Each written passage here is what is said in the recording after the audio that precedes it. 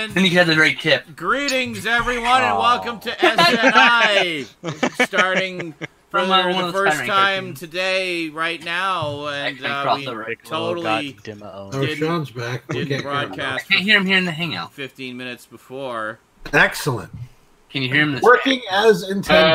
Hey, thanks, Are you not hearing me in the hangout? Oh, wait a minute. I know why. There's Benny Hill theme playing. No. We can't hear Sean. What the fuck? How are you not hearing me? Sean! Hold on! Jesus Christ! He's changing the settings finally. I'm looking.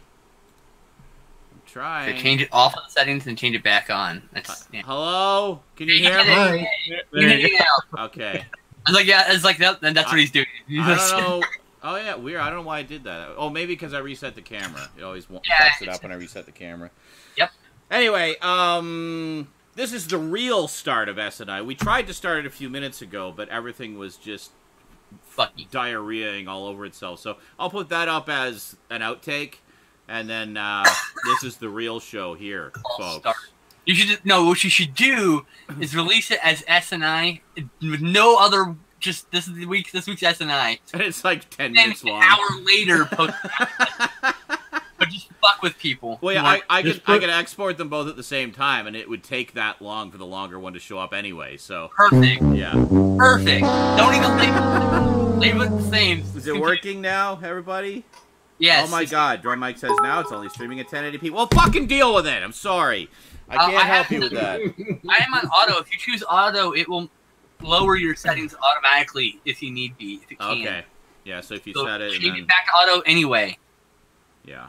It'll automatically throttle your bitrate if it can. Twitch might be overloaded. We can't do anything about it. It's Saturday. Well, it is a Saturday night, and that does happen sometimes. So. And streaming is getting more and more popular. So. So I'm thinking we probably all have a shit ton of pickups this week. I don't know about you guys, but a lot of my Black Friday stuff came in, and I imagine it did for you as well. There's still more that I'm waiting for. Got a little bit delayed due to postal strike action here in Canada, but that seems to be resolved now, and mail is flowing again. Hi, Cass! Hi. I just thought you'd be pleased that someone acknowledged you the moment you came in. Yeah, it only took like 10 seconds instead of 10 minutes. Instead of an hour. I'm a little late because I was making dinner. Yeah, well. Oh, hold on. Let me just. So you have steak, potatoes, and And what? And a screaming soundboard clip. And grapes. No, it's asparagus with mushrooms. No. It's actually, I'll zoom in a bit. It's Brussels sprouts. Brussels sprouts. That's what I meant. I was thinking Brussels sprouts and asparagus. Sorry. And thank you, JL. Yeah, I had a bit of a flaw. I kind of just fried them together in the same pan. I normally like to top the steak with the mushrooms. So, funny enough, I actually made steak today as well. I was over by Thrifty Foods downtown today, or yesterday, and just decided to pop in and see what they got. And their price on strip loin steaks was fairly cheap, so I picked up a couple of those. Made those today, and I got got the usual assortment of steak, mushrooms, and instead of fuck off style, and cut up an entire onion instead of using garlic powder, and actually fried up the onions in with the mushrooms, and oh my God, it was so good. Caramelized them a bit? A little bit. I basically put them in first and just let them kind of sizzle for a little while. I like them to get a little bit brown. Then I put the mushrooms in, and then they got all that nice fuckers in there, and everything was great. Thanks, Drum Mike. I like to do that, and then you also put red peppers in. Ooh, yeah, that's good too. I usually just put peppers in when I'm doing a stir fry. I just kind of put like a variety of peppers in there. But that's a bag vegetable I get in stir fry. But red peppers actually go really well with steak. I do agree, because I remember when our parents used to make barbecued steak, they would often also barbecue some red peppers to go with them. So we'd have like the steak, the peppers, mushrooms, garlic bread, potato, and it was awesome. It's funny when I go and see my friends I used to live with. It's funny, like garlic bread's become like a tradition that I bring over. Oh yeah. Because usually they make dinner. Like you want to come over, they'll make dinner to the house, and then like I always want to bring something, so I usually just bring a loaf of garlic bread. Right. Which goes with anything. So. Oh, absolutely. I'll never forget when we went to Swiss Chalet that time, and we had both of us had like an entire garlic cheese bread before, like as an appetizer. It's the appetizer. Yeah, it's the appetizer. And it's like a little small baguette, basically, that's topped with garlic butter and cheese and a bunch of stuff. It was good. It was filling. And who was it? Like Annetta or somebody was asking why we weren't eating our dinner roll when dinner came. It's like, well, we both just had... Holy shit. We both just had an entire loaf of bread each. It's like, we don't need more bread. Like, we're okay. And thank you, because and Stoud. Swiss Chalet, for those unfamiliar, it's a Canadian chain, and when you get one of their meals, it's like a rotisserie chicken. You get your choice aside, and it's very, very good. Yeah. You get your choice aside, and then it just comes with a little dinner roll as well. Yeah. So like normally, it's a nice little thing to have with it, but when you basically have your own personal loaf of bread.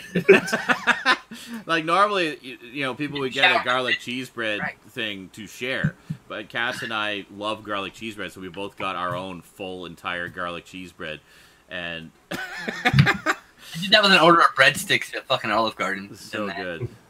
Order and just ate them by myself. So my ex stared at me like crazy. Did we want to jump right into pickups? Because I imagine we're going to be going through those for a while. I got like 14 or so. Yeah, I've got about the same, I think. Stoudman's got like 50 of them, literally. 12 over there, but I got a lot of... 47. I got a lot of... In a row? Holy shit. Can I Great. Thank you, Drum Mike. This becomes interruption to the show. Interruption for money of the show. I know. It's that eternal conflict. It's like, fuck, I'm so annoyed, but it's money. Yeah, I know, right? I can't be that annoyed. You're literally putting food on my table, you assholes. What was I going to say? Yeah, I was going to say, like, I don't have as many individual items because a lot of the items that I did get were more expensive because they're like box sets and stuff. So, so it kind of went through the budget. Yeah, whatever. More quickly with fewer individual items, I guess you could say. So, all right. Well, let's start reverse alphabetically as usual. Zatch. A little Bob Ross. Oh, never nice. hurt anybody. Oh, Bob Ross. A pop vinyl Bob Ross Pez dispenser. Now that is a whole bunch of layers of awesome right there. I don't want a Bob Ross pop vinyl. I'm not gonna lie. Absolutely. I got one of these Harry Potter mystery ones. Ooh. Oh, you haven't opened it yet either. One of 9 to choose from. Is that a pen? I'm going to open it on cam. Oh, nice.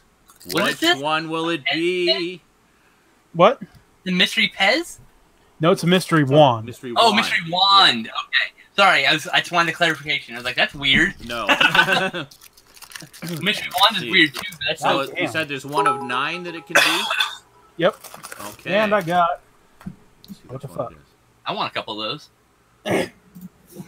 I'm sure. Right, you gotta open the fucking box too. Oh. Be the shittiest one. Be the shittiest one. How much did it cost? It was like $13. Oh, that's not Holy too bad. Oh, That's nice. not bad at all.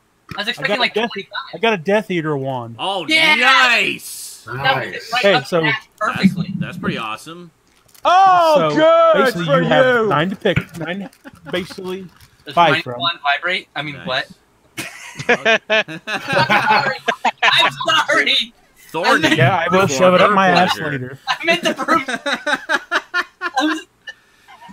So you got Harry those. I Potter. did cross You got the those. Huh? I got that one. Yeah. That's Very nice. cool. Very nice. Okay. Oh, feel the magic. Death What are Eater. the odds on that one? It's all the And- movies. For my birthday, I went to a record store Uh-huh. and got some stuff.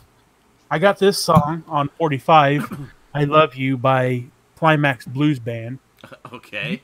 You probably don't know it by name, but No. I will put it in the chat, and you Okay. will immediately know what song it is. Okay. So I got that song for like 75 cents. Okay. I got this Oh, nice. John Carpenter anthology on vinyl. Not only that, but vinyl with Fog over Antonio Bay. Oh, nice. That's very nice. I've never heard the song before. Also, I had a digital copy of. I bought a digital copy of that anthology already. That's beautiful. I bought it. It was Yeah, available. very nice. Low. Also from the record store, they had a buy two get one free deal on all DVDs and Blu-rays, sans music stuff. Sweet. So all these were $10 a piece. So I basically got 3 for $20. I got For All Mankind I had that on Blu-ray. because I love Mick Foley. Yeah. So I bought on Blu-ray. I got Yoga Hosers, Nice. I want that on Blu-ray. That's really good. which is awesome. Yeah. It's bad, but it's awesome. I love it. I fucking love that at Full Moon Pictures, man. Yeah, exactly. And I got the Anchorman 1 and 2. Oh, I have that one. That's a great set. I need to get It's 2. got- I already have the it Full has- Mahogany one. That is like the most complete Anchorman set you can get. It's great. I love it. still I had the watched Full second one. Mahogany of #1, so I just need the complete. That one thing. Jesus. So from Wally Thanks, World, JL. I like how all your notifications are super fucking loud still, I even though know. we're in October. I know they were supposed to be scaring me while I was playing scary games, but everybody got so wrapped up in the stories of the scary games, hardly anybody did the sound alerts. Like fucking Until Dawn, like God, that game was brilliant. Love that game so much. Yeah. I got I more never shit. played it, and I love it. Mhm. This is mostly Black Friday stuff. This is from Walmart. I finally got the Great Grinch Who Stole Christmas. Yes, I have that one too. It's great. Boris I got A Karloff. Quiet Place. Nice. I need to see that. Haven't seen it yet. Heard it's I great. got Pacific Rim Uprising. I love that movie. Got it. Haven't watched it yet. I don't fucking remember it. Oh well, there you go. I've got the cover. And I have the slipcover too. These I just bought to try out. These were basically what I picked over from the leftovers, basically. Yeah. So I got Tomb Raider 4K Oh, nice. and Rampage 4K. I love Nice. that movie. That was so much fun. That was a lot of fucking fun. I want a sequel. There you go. Rampage 2, Uva Bowl. Uva Bowl and direct sequel. Ow! And cross Okay. it with the other Good one, Rampage. Cass. That's what Dropped you my get. fork and I stabbed myself. Bravo. From I Best just kind Buy. of flung it off the plate and I went to like clap my hands together to catch it and I jabbed myself in the stomach. Oh, Coco. Oh Coco. Cool. no! Coco, yes. It's a great movie. Love Simon.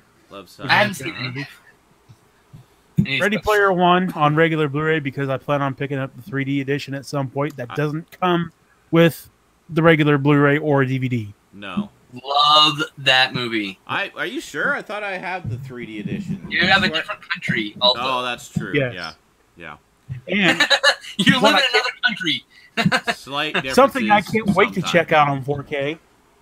Usually the big studio stuff is the same. Like most, Oh, most nice. I fucking love this movie. I do but too, actually. occasionally There's I've differences. always liked that one a lot, especially It's a great movie, and Stoudman is wrong. especially for Thomas Jane. I think Thomas Jane really nails it in that. I like I the think it was great. theatrical cut more than the uncut. Yes, the theatrical Um, cut is way better. The extended cut, I just. I like parts of the extended cut just because it gives us a little bit more background on some of the characters and some of the story. Yeah. But yeah, I think But it wasn't needed. The theatrical cut I do think flows a little better. Warzone is so much better too. Oh, I need such to a- I need to re-get Warzone. I haven't. Dude, it's cheap, like $6. I know, and it's great. I thought that was really good too. One of the best comic book adaptations. Isn't like it Exactly. adapts the source material very well. Yeah, it's very good. From Amazon Black Friday, Teen Titans Go to the Oh Movies. God. And the, I watched it this morning. It was cute. It was funny. It was, Yeah, I never it's liked the very show. silly, very silly. But I mean, Very it's meant for the kids, you know. The What's the one of just Kids like it. the Just Ice League. The Just Ice League, yeah. I have that. Very nice. They only want ice. I need to get caught up on those. Ice, baby. Cups of ice. I have Nothing. them all. Halloween. Halloween. Beautiful. I hear that's gorgeous in Blu-ray and 4K. Yeah. Also, they finally fixed it on 4K, but they still prepackaged it with the shitty Blu-ray. I know what this is gonna be. Yeah. American Psycho. Dude, that or Predator. Fuck, they did the same thing with Predator, so I'm like, fuck, I'm gonna have to go 4K now because I need Eventually, both I'll of those. go 4K. Yeah. Someday. Not anytime soon. Jurassic World 2, Jurassic Park 5. That's pretty much it. Yeah. It's like Creed 2, Rocky 7. Yeah, basically. No, 8. Eight. Yeah. And Creed 2, Rocky. Lastly, from Amazon, this is not Black Friday, but I had this on pre-order for a while. Yeah. I've been wanting to see this movie for so long, and I watched it. It was fucking amazing, and no one Criterion Collection. True Stories. I Now- did not know that one. Watch this movie and tell me that fucking Napoleon Dynamite was not heavily inspired by it. 100% was. Oh, That- really? Interesting. That, by the way, True Stories is one of the strangest fucking movies you will ever see. And it's fucking delightful. It's so good. It's Nice. so good. I have Well, I'm there's an sold. old Snapper DVD, and I have a rip of it because my copy got vanished while I was on. Plus, where else are you going to get a Criterion cover with John Goodman's face on it? Upside down. This also comes with the complete soundtrack as well on CD. Ooh, Nice. That's Only on the pretty cool. Blu-ray. By the That's way, It's probably yeah, limited. that CD has never been like released. I don't think. like individually. Yeah. Interesting. Like, I think it had a the- record, but The So complete True Stories. soundtrack has not been done, but they released like probably Yeah. like a sampler. Yeah. well, the essential releases, you get some of the songs that are on it, but like not all the songs have been released before. So I need to Yeah. get that ASAP. That's super pretty Yes. cool. Get it? It's awesome. That was it. I will have to check that out. That was a very good thing to end on. Good, lord. stuff. That's you got quite a grab bag there. I really need to get that True Stories. I'm just gonna go get a rum and coke. I'll be right back. What's the budget look like? It's like that's okay. True Stories. I think it's like $25 right now. 26. I Yeah. big. Pluto. I used to have in a big country dream state. I have that in my head right now for some stupid way. I can't afford it just yet, but maybe in January I'll be able to. Don't you love that when you get a weird song stuck in your head? Yes. You get that a lot, though, don't you? All the time. You hear me Yeah. fucking sing them on my stream all the fucking time. Oh, by the way, just so you know, that Twitch sings thing, that's actually, they're going to start clamping down on copyrighted content, including you fucking singing it. Oh, that's bullshit. That's bullshit. Hilarious. It's just going to get you muted for like the 2 seconds. They're getting really good at just snipping the Oh. parts that. Well, that's still stupid, but It's still stupid, but like. it ruins part of the fun because part of the fun is you sang the song and then everybody can go back and listen. I think it's not going to harm people like me who can't fucking carry a tune or hold a note. You know, I think it's gonna be a problem when you are actually good at it, at mimicking. That I'm good. If you're good at mimicking the original, I think you're gonna get caught. Like I think that's the thing. But at the same time, the more that happens, and people mention it, the better their algorithm could potentially get, though, and it won't touch it anymore. What are you talking about? Amazon or Twitch is going to be because they're doing this whole Twitch Sings thing that they're releasing, where it'll let you do live karaoke on Twitch. Brilliant stuff. Uh-huh. But because of that, they're cracking down on pretty heavily on copyrighted content streaming, stuff like music and stuff, including the point where some people who are very good singers are getting muted for singing the song, just singing a few notes, and that It muted. sounds close enough that the system picks it up. Yeah, exactly. Wow. So that's starting to happen. So sing more, not gooderly. Well, actually, if you it's not supposed to catch you singing it like that. No, okay. it's not. You sing. So I'm assuming if you report that to false flag, I'm insane with anger. Jesus. You know. Thanks, JL. YouTube's pretty good. Algorithm's pretty good at detecting you singing it versus Twitch's algorithm will just learn eventually that you're just awful. Yes. I'll say this for being and not as bother cheap. me. And it won't be muting you out of copyright concerns. They'll be muting you as like a courtesy to your viewers. I just love how many YouTube videos will have that comment saying, "Okay, YouTube, I watched it. Stop recommending it to me." Yeah, I know. Hey, stop recommending. I wish I had a button that says "Stop recommending Nostalgia Critic videos to me." You can. Where? You go like this. Hold on, guys. I can't do it on stream. Here we go. I'll show you on fucking stream right now. Look. We can't see your tablet. I know. I'm getting something ready. Hold on. We can't see it. I'd also like to What add, are you talking for about? as cheap as these things are, they're not cheap plastic. They're pretty solid. Okay, so here we go. Nice. So there's 3 dots on the right of your cam on your video. Yeah. You bring it up. Okay. You go drop down and go, not interested. And then it says, tell us why. You have to do this part. Tell us why. I'm not interested on videos because of this. I'm not interested because I don't like it, or I've seen it already. Those are options. It'll stop recommending that video to you. And if it's something like, say I don't want to see people from the creator anymore, I can literally say, I'm not interested in this creator anymore, and boom. And never stop the only time that won't work is if you have all of Google's tracking stuff turned off, like I do, in which case it doesn't save any of your preferences for that, so it may or may not work. I might save it internally in YouTube, but that's I would like them to be able to find me if I get kidnapped, so I'd turn that shit on for my cell phone. Yeah. My computer is different, but cell phone... Yeah, no, the computer I have it all turned off. Yeah. But, alright. It's fine. Sorry, Okay. Cass. Take that, you wicked spawn of Satan! Okay. Ace Ventura needed to speak. Alright, carry on. Thank you, J. Mike L. 17. Mike L. Yeah. And Drum L. Jamichael. Jamichael, yeah. No, I was just gonna say I find the problem with the YouTube recommendations is I find like it's just recommending me all the same shit I've watched already. Like particularly with music. You want to watch this again? Well, they had that for a while. They had like the watch it again playlist, and sometimes it'd be something I hadn't watched for months and with a funny video. Like, okay, sure. But like I find particularly with synthwave music, it's really bad. Like I'll bring up a song to listen to, and like the entire list recommended is all ones I listened to before. It's like I see some new shit. Like it used to work pretty well, and I would actually find things I hadn't heard before. The problem with algorithms, though, because what happens is there's only so many bands that specific sound. You hear them right in that they have access to, and then you were stuck in the loop because now there's nothing more for you. Libraries. And not everyone's as obsessive about synthwave as you, so they, presumably wouldn't have listened to every synthwave song ever done by anyone ever. I'm like that with power metal.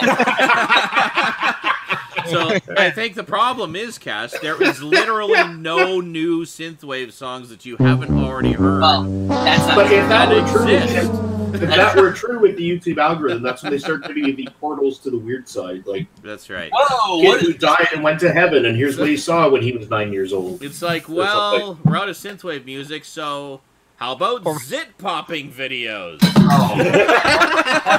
I'm so fucking eating here. Or my personal favorite. I know. My personal favorite recommended video.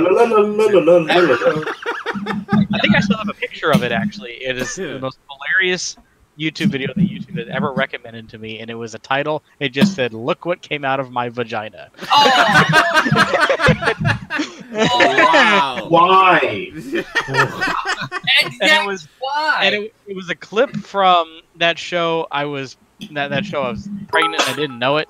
Oh God! So a baby came out of her vagina. Yeah, I'll never forget it because that was the title. Look what came out of my vagina, and it had a picture of like a girl with her pants down sitting on the toilet. I think I have heard that story. Yeah, I think I've seen that. I just really had to take a really bad dump out of my vagina. Wow! You're an idiot. Actually, when I was like a really little kid, I actually kind of wondered if that could happen. What? If like a woman was just peeing and just like, yeah, baby just randomly. What? Yeah. Just like they don't have a cloaca. They've got several holes. You really had more than 2. You really had a strange view of how humans production work. Cass just imagining. I was like 4. Women just have random babies in them at all times, and women. No, like I don't know. Like I said, I just picture him thinking that the baby she was expecting that she was carrying. Oh, okay. It just comes out like it just fall out randomly. Oh shit! Where's that? Quick, catch it! Before it runs away. Lands in the pee water. Don't flush. I can attest. I'm just a prom night dumpster. I can attest that Eric's the recommended videos are some of the weirdest I've ever. I don't know how. Okay. Oh my god. That only happens when you watch weird shit. It recommends more weird shit to you. You gotta nuke your history now and start fresh. Basically. Like, remember... As of late, in the last year or so, it's been pretty under control, but, you know, it's...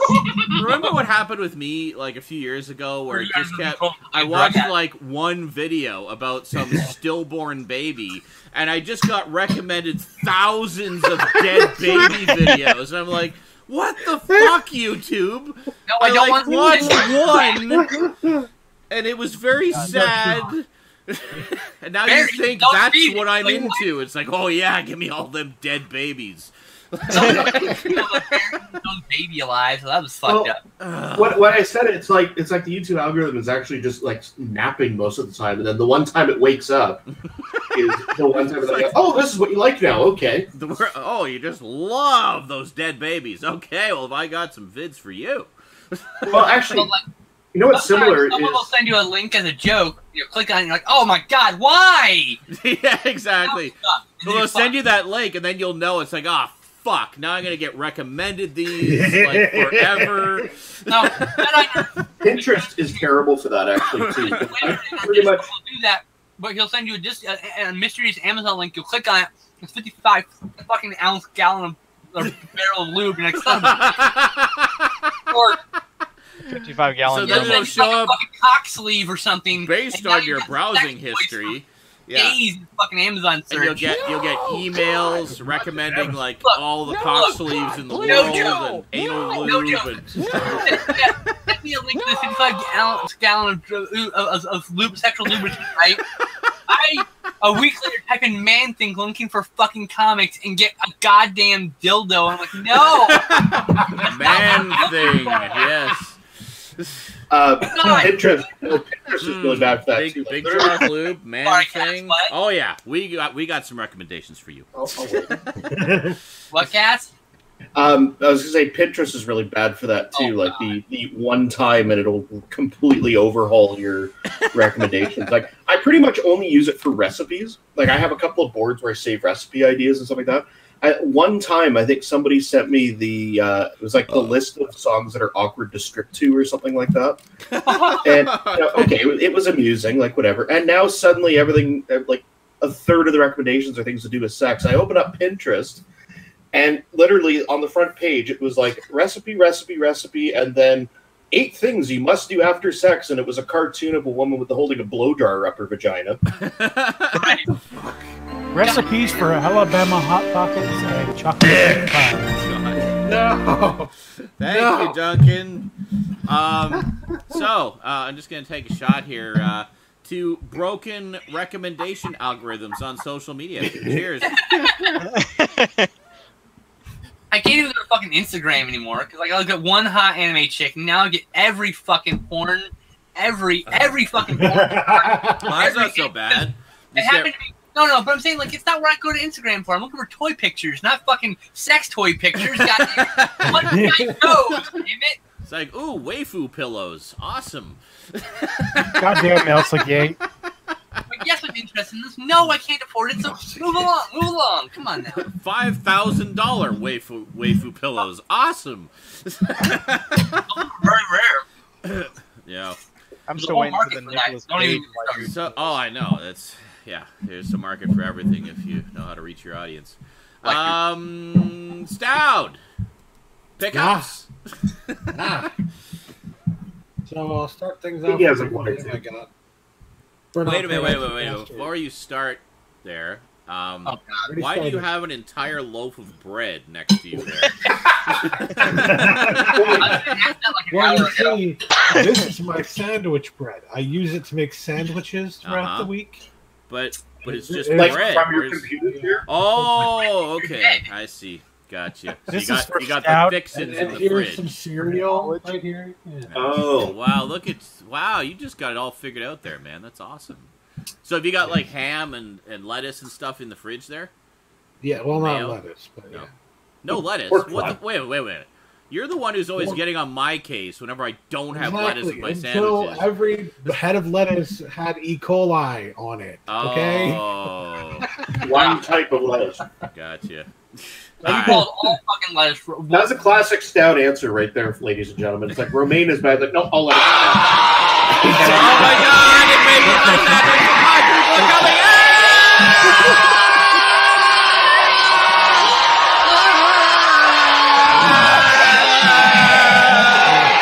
End already. Thank you. Just make it shorter in the That was the sound of screaming E. coli. Oh. Burnout Reminder. Burnout Remastered. Burnout Paradise Remastered. I want to get that, actually. Rosie loves that game. But it won't look as good because it's not. You said I want to get the 4K. PS4 version. 4K. You're like Burnout Remastered 4K. Ooh, pray for death. Pray for death. This is part of the MVD order that I did with Brandon. But it's And Arrow. this was $5. Holy shit. Right? That's crazy. I got it too. Don't worry. Why didn't you guys tell me about that? God damn it. You didn't have money. Oh. And then we didn't think yet. So? Man from Earth, this was $9. Nice. Ooh, the Speckle edition. And then Speckle. Yoga Hosers, eh? Hey, there you go. Holy shit, we both got that. With the slip cover. Yeah. I got it too. Yoga hosers, eh? It's in my order also. Well, damn, I feel left out. That's the Maybe I need to get that. entirety of my MVD order, though. So that's all you got for That's Black about- Friday? Wow. Oh, I Oh, forgot that. nice. I need to Twin get that. Peaks. I still need to get that. Then we need to all watch it. And we need to finish the series, don't we? We need, To well, we actually finished. all watch it. We need to watch the movie. Yeah. We need. Well, I think we watched the movie. We just haven't watched the missing pieces. That's the Yeah, one I thing watched left. Oh, Yeah. That's right. The missing Yeah, piece. so we'll watch the missing pieces, and then we can jump into the. which at that point you might as well just watch the fan edit that has the missing pieces in the movie. Oh, sweet. That's. Oh. Yeah. You can't put all of them in though. There's a few that just won't fit because they were kind of alternate Batman Ninja. scenes. Yeah, Nice. you should probably just choose one of the scenes, Sam. You know. I mean, tell me how it is. And if you don't like it, I'll buy it off you. I have that as well. I have not watched that. Annihilation. Oh, I have that. Nice. Annihilation. Nice. Annihilation. Isle of Dogs or Isle of Oh. Dogs. I'm waiting for the Criterion. That almost It's looks not like a even- Criterion cover as it is. It's not even on 4K. Yeah. It's gonna I get a was surprised Criterion. by that. Oh, I was like, but it's a new good for movie. What do you. mean it's not on 4K? Wait 3 or 4 years, and then it'll be on Criterion, and I'll buy it. Rampage. Yay! I got that too. Thanks, JL. Ladybird. Ladybird. Great movie. Flat out wonderful, apparently. I need to see it. Lady boys. Yeah.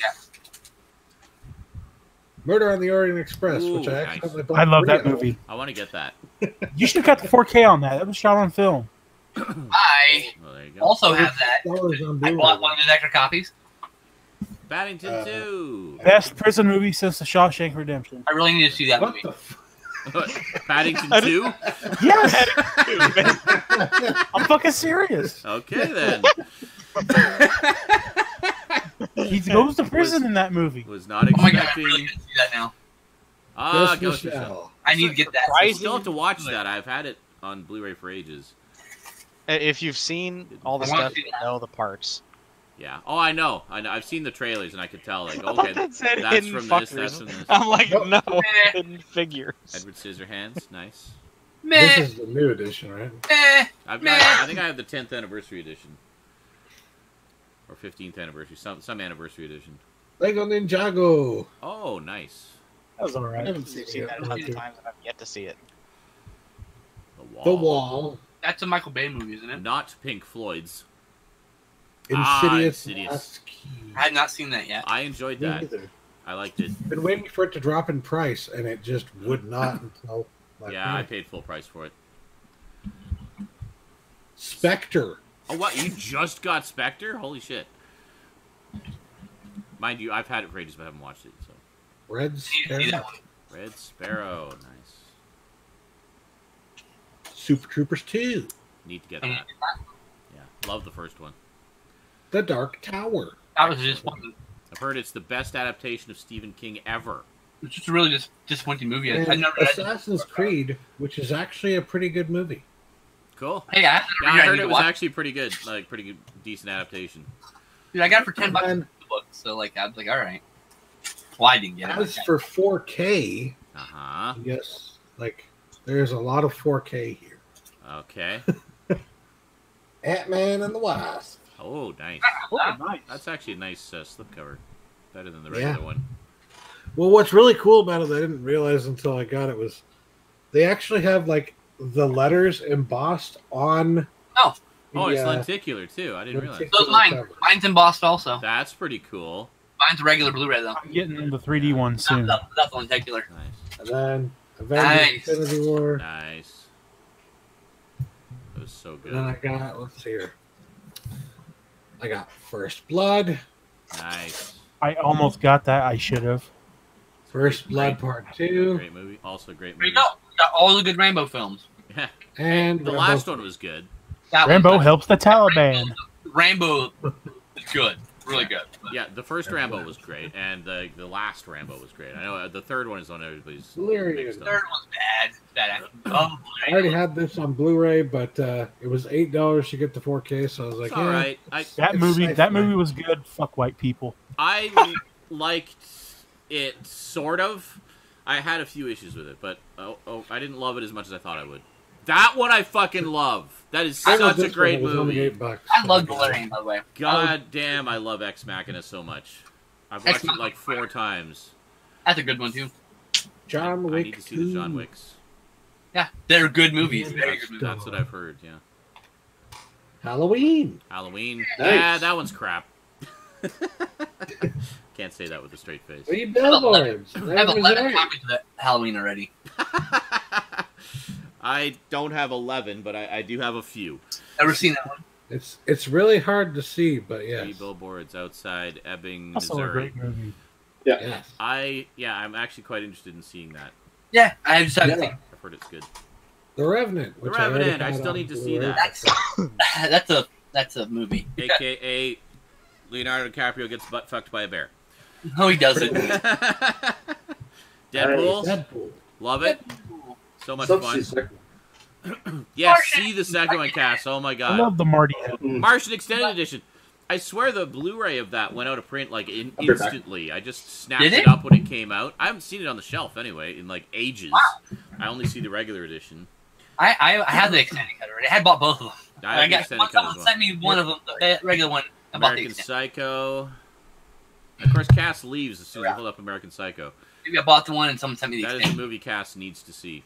This is one that I look at now and I'm like, did I really need this in 4K though? Did I really need this in 4K? Do you really need all that Vaseline on the lens in 4K? Out of having this in 4K? I have it on Blu-ray. I will never buy it again. You have the Blu-ray? Yeah, I do. I'll either take the 4K or the Blu-ray off hand. I don't own the movie at all. What's the matter with you, Stoud?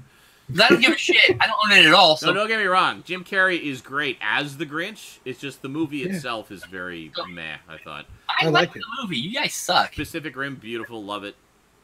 I will watch it again and again. Nice. Nice. Oh. 4K.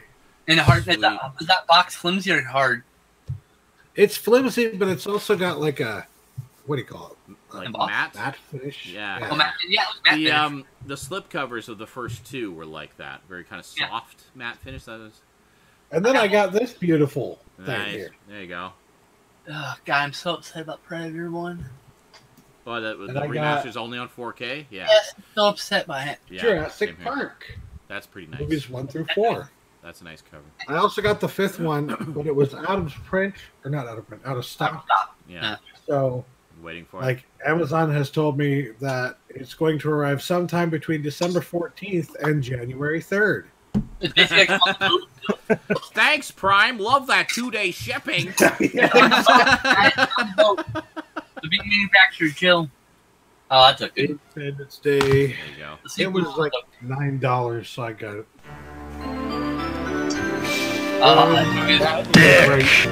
Thank you. I still need to see Unforgiven. Like, I really need to see Unforgiven. I have that and I still haven't fucking watched That Unforgiven cover, 4K Unforgiven cover is just atrocious, by the way. Let me see. Let's see the atrocity. Not the worst. No, it's not. That's not it's pretty bad. Post.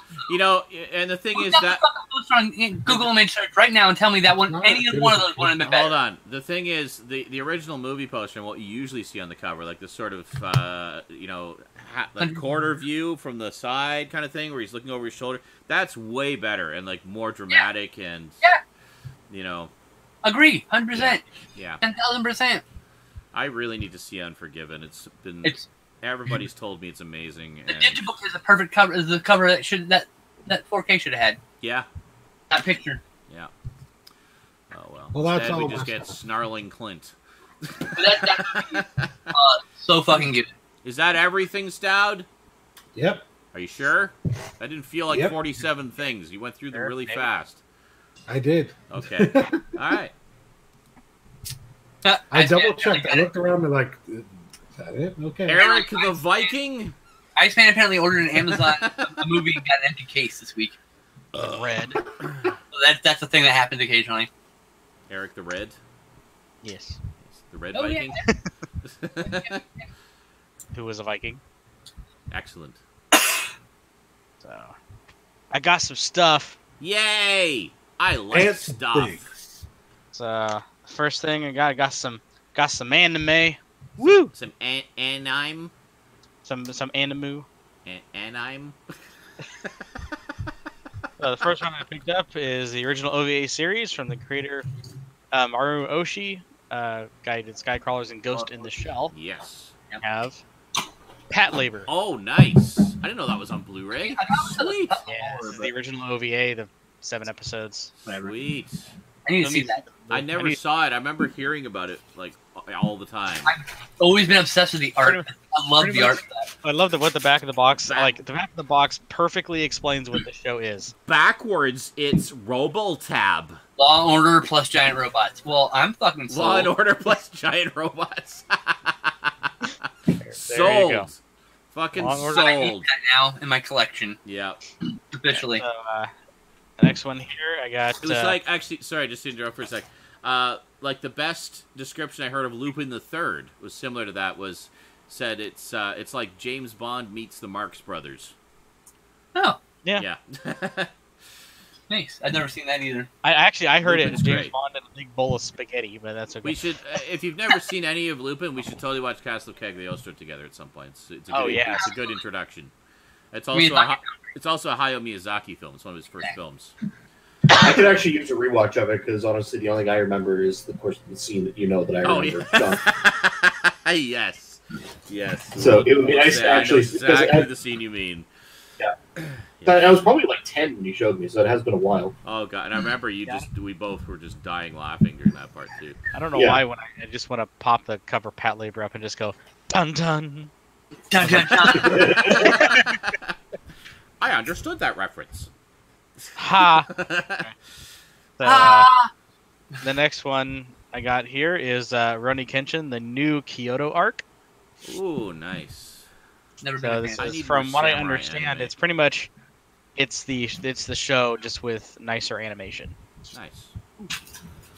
So, because I'm looking at the back and it's like I recognize all the characters, all the scenes, but like it's all in widescreen and it looks. So it's a like lot a movie nicer. version, or?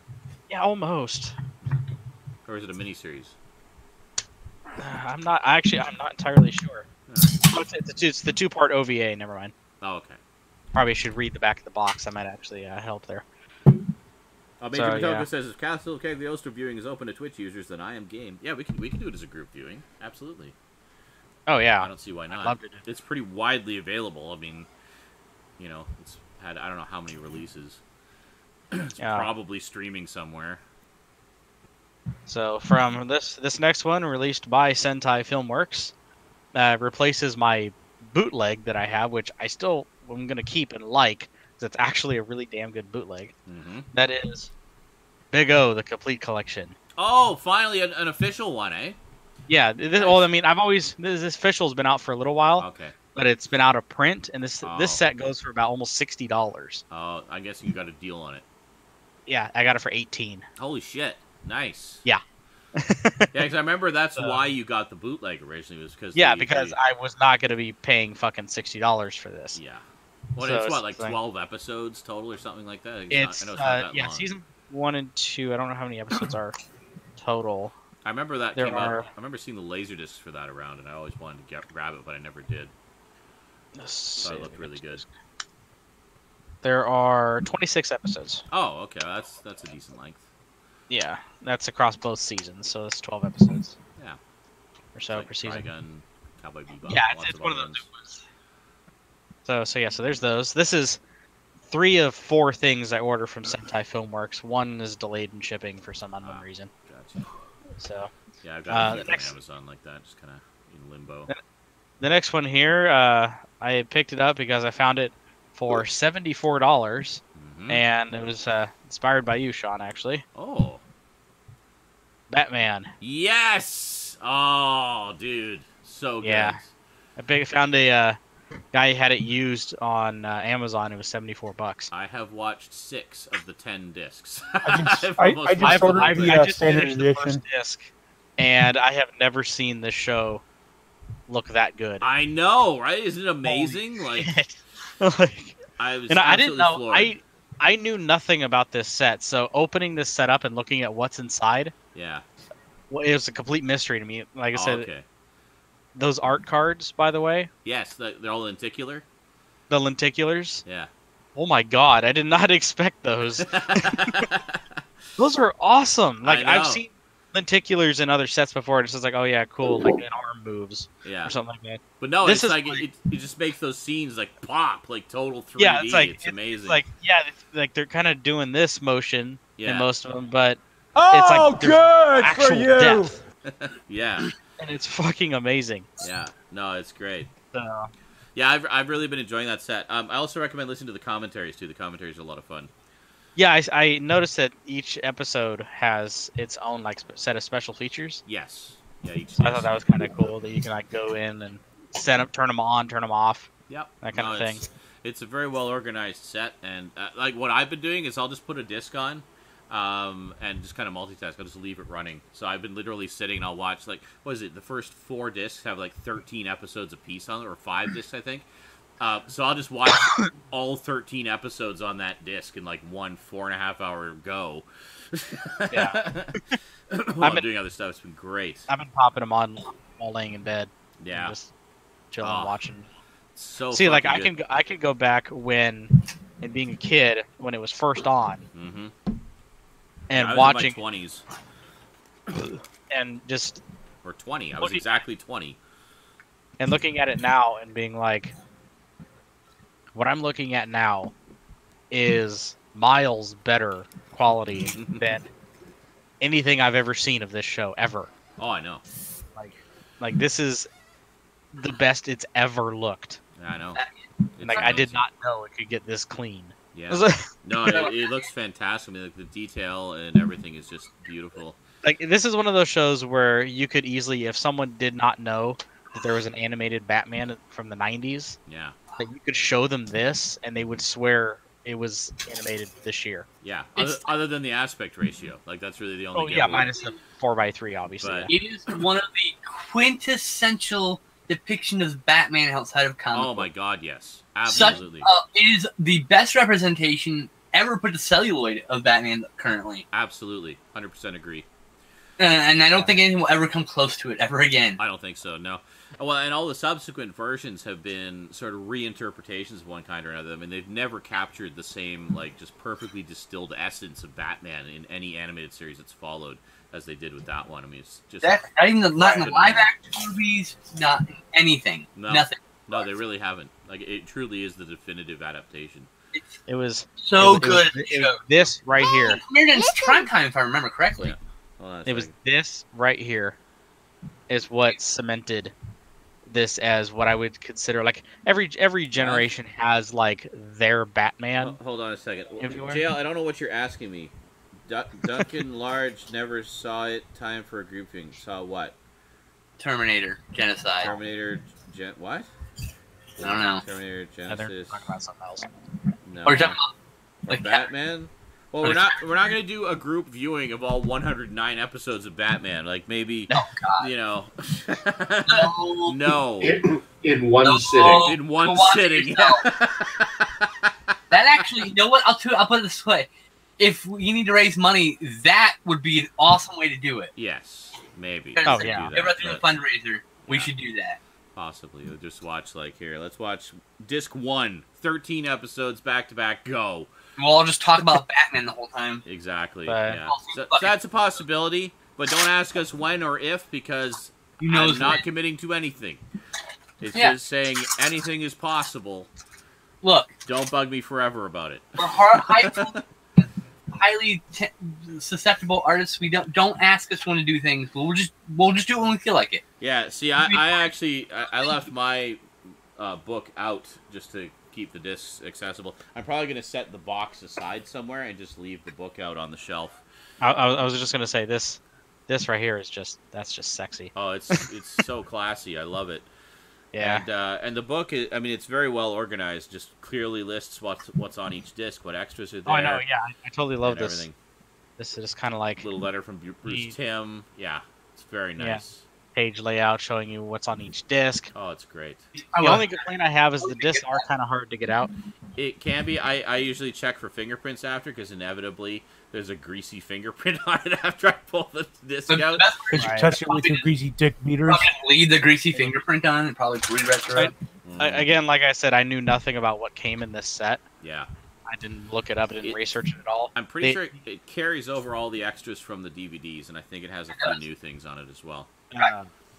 The one thing also, like minus the amazing particulars that are in this, the last 2 discs on this set. Yes. I did not expect to have Batman and Mr. Freeze and Sub-Zero and Mask of the Phantasm to be in this. In one movie. Yes.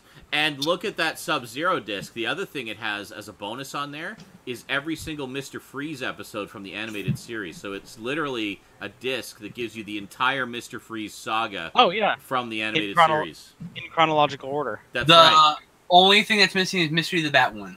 That's it. Yes. I've actually got that on order. It's coming to fill it out. Yeah, so it's just like... I was a little disappointed it wasn't in there, but it's not like a deal breaker. No. Like, oh, that's a bummer. How well it shows up on. Yeah. Well, to be fair, Mystery of the Batwoman was quite a few years later. Just kind of a last hurrah for the. It almost kind of does show up on camera. Oh yeah, no, you can see how it moves. That's pretty good. The particulars on that. 3 balls. Yeah, it's very cool. I like that. Actually, the only thing that doesn't show through, obviously, is just the amazing level of depth that these things have. You get a sense of it just as you move it, but yeah, for sure. You need to be looking at it with both eyes. Yes. So there's that. It's like when I try to pluck an ear hair, and it's just in such a position I can only see it with one eye, and I'm trying to get it with the tweezers, but I have no depth perception because I can only see that ear with one eye. And it's like tink, no, tink, no, tink, no, tink, no. Damn it! I see it. I'm just touching it. Well, how did I not grab it? Tink. Just buy that fucking ball hair trimmer I just bought and just apparently. trim it. You know you're muted, right, Justin? See, I like to pluck it. I like to just rip those hairs right out of there by the root. All right. Well, I hate the ones like that where you go to pull it and it feels like it was actually stemmed to your brain as you pull it. I know. It's like, now I can't remember what ice cream tastes like. I mean, you just go eat some ice cream. Oh yeah, that's what it is. I've done this thing where I go to go like this, and I accidentally pull out it hooked on my hangnail or something, and get pull the hair out of my ear, and my nail. So it's like Well, it could be worse. It could be like that story of the nose hair trimmer that you told I had Sean. a hangnail. Oh god. Just a slight one or whatever. It just hooks it like. So is that what you got, Zach? You got a nose hair trimmer, like?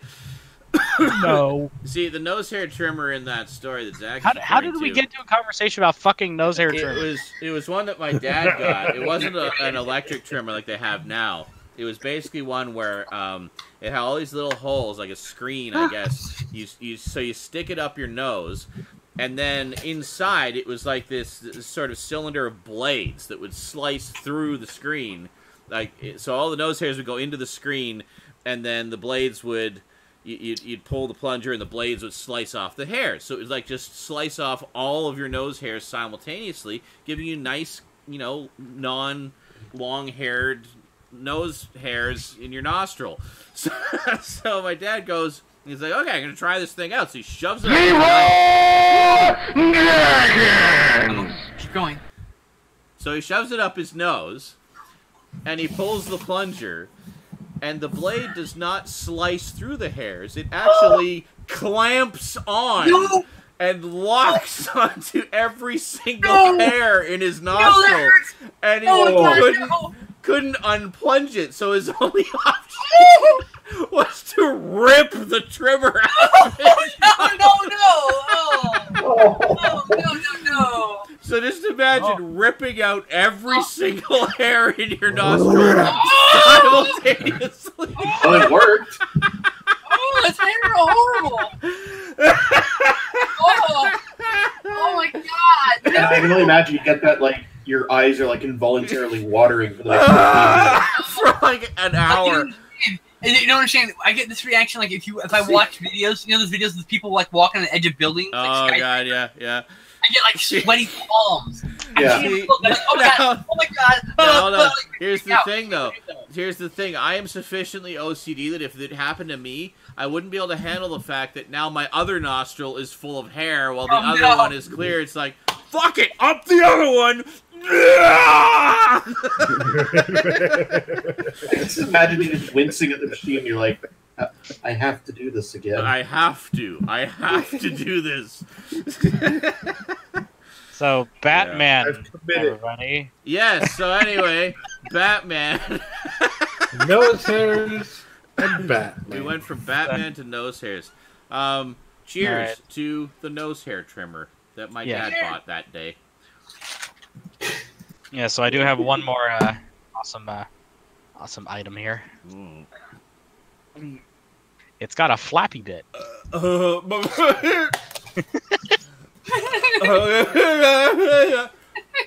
Okay.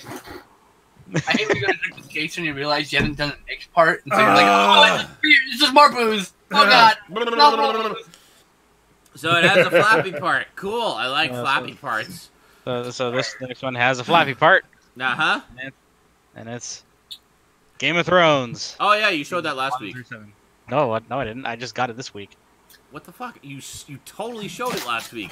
Yeah, I remember you showing it last week. And we talked about it. We're like, have you seen it? And you're like, I've seen one episode with you guys. And they're like, oh, you got to binge it all by next week. That's now. And then tell us how much it destroyed you. No, I don't think we were live for that. I think we were just hanging out. Well, we were. No. It was in the episode. I watched it.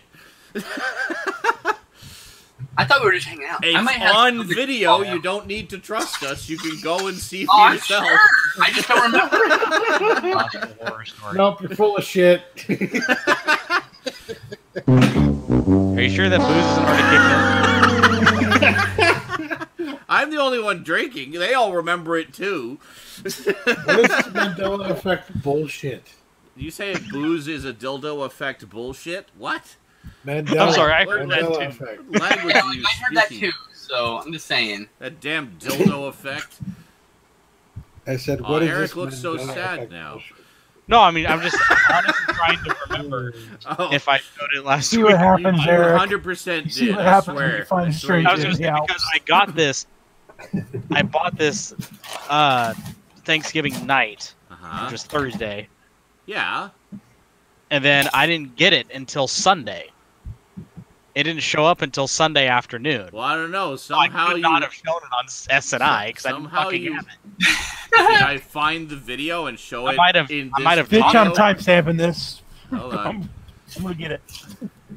I'm gonna find it right now. Hold on. Me too. Here we go. Here we go. Here we go. What are we doing? Here we go. I'm going to. I mean, I can easily The weird part of YouTube? Amazon Together? page Group? when it Just got trying to to get there. Hold on a second. Come on. Hurry up already, for fuck's sake. Okay, there we go. Okay. Be very slow. And on that note, greetings everyone, and welcome to Saturday Night Okay, hold on. So Insanity. we gotta go By the way, ahead and we're going live to prove it. Oh my god. Cake. I just don't remember. I figured maybe you make a set. Like, yeah, I made me save point. Where are Okay, we doing- that's where are we cool doing too. pickups? As long as you went back and played the rest of it with us, that's fine. Oh you know? yeah, no, I wouldn't do that. Like once I start. No, it's back I don't care if here. you still I think played we it, did as long as you pickups. had the save game separate, you know. Yeah, Like in the the middle. streaming game. Oh, yeah, maybe Okay, it's this is the like one it. where I'm I going to don't know. fall off my horse a lot. the delivered. I might have Oh yeah, to no, do- here we are. We're doing some pickups. I might No, this is the also- one where you I actually might put actually have weird rubbery. was the Saturday. I thought it, the got it on contents Sunday. of the Yes. the little packets that are Yeah. there. You put that I'm in having the boiling. same problem. Now look at my stack. Wait a minute. Hello, Correct. Ace Ventura. Yeah, is there shit that we've shown already? Yeah, blowing his fucking lip. He's doing You missed his, it, buddy. Oh no, I Satan! think he's been saving up. So his balls of bits What kind are of very universe are full. we in? Are that you we guys gonna have ever memory get a return to problems streaming and I finally? am not. Well, maybe. What, Um, the fuck? What kind of fucking alternate universe? I want you to be able to is pay your rent. Can we just go to the Bernstein Thank you, Bears Red one? Red. Can we go to the this? Bernstein In 5 Bears? minutes or less. Bernstein Bears before? Bernstein. dungeon. Where's the Bernstein? Holy shit! We've Oh, always I've had been that stuff better before. staying Oh yeah, here it is. Bones. Hey, Season nice. There it is. Oh, I'm right there. just holding out for the complete series. The- Waiting for yeah, the I see one more. I'm on my screen. I know, Oh yeah, I I see. like Rob. That's Yeah, a really yeah. nice set, though. I like I the. didn't like that. There it is. I have one season of the show. Oh, yeah. I just stopped buying them. Fuck, I thought that's Game not of one Thrones, season. everybody. Game of Thrones, everybody. Just go look at Shop Just a Machine. reminder, See? since Sean We're doesn't not like to post insane. these on Facebook. Excellent. Thank Game of Thrones. Not Fucking insane. awesome. So glad you Thank got God. that finally. I still have only watched one episode because I haven't had time. Yeah. Get on that shit, man. It's good. It's good. You gotta show- Good no, shit. I have watched 2 episodes. I take that back. I Okay. did go through the second one Oh, okay. because there's only like 2 episodes per disc. They use like a super high bit rate for those. Yeah, I mean, it looks also there's a shit ton of extras. Like if you look at the extras, there's a lot of stuff exclusive to the Blu-rays, like where they get into the history of Westeros Yeah, and everything. over 30 Really hours of feature.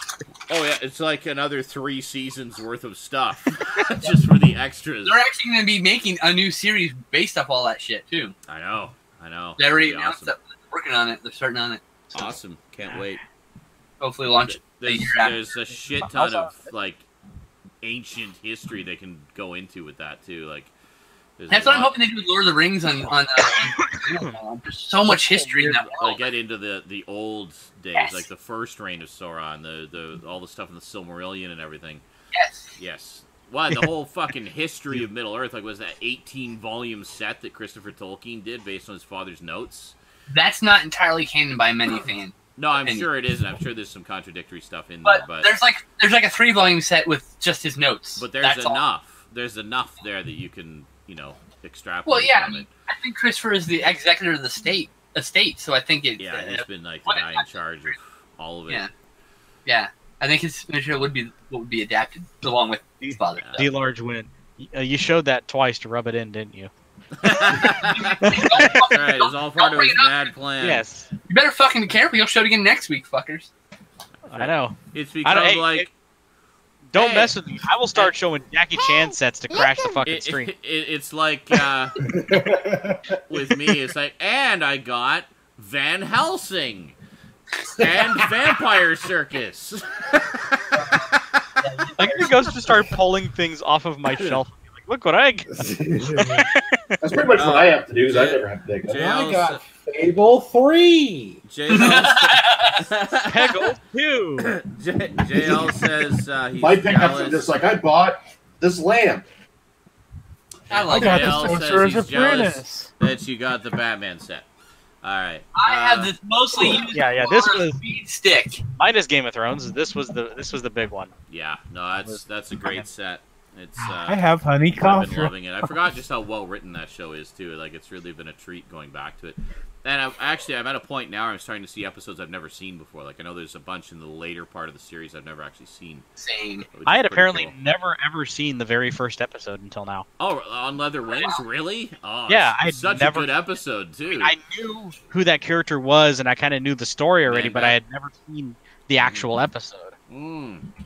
That's such a good episode too. Like the animation, that I think is one of the best in the series, to be honest. It's a very nice introduction into the world and the characters. It really is. Yeah. Kind of how the tone of the show. It's like this is not your dad's Batman. No, and if you listen to the commentary, I think it's Bruce Timm and Eric Radomski talking about it, and they say, and that's one of the things they talk about is how they felt that it was a good kind of way to introduce it, especially since Man-Bat was a character that hadn't really been done in the animated shows before. So it was kind of a way for them to use something that people hadn't seen before, in addition to introducing them into this kind of world and the look and the style and everything that they'd established for it. Yeah, very cool stuff. So is that everything? Is that it? Yeah. Oh, yeah, that was it. Cool. So Cass, what did you get?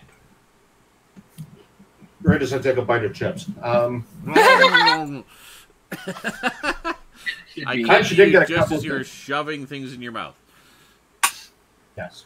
So I got a few things, sort of. I needed to get a new keyboard, so I got a new keyboard. $5. $5 keyboard.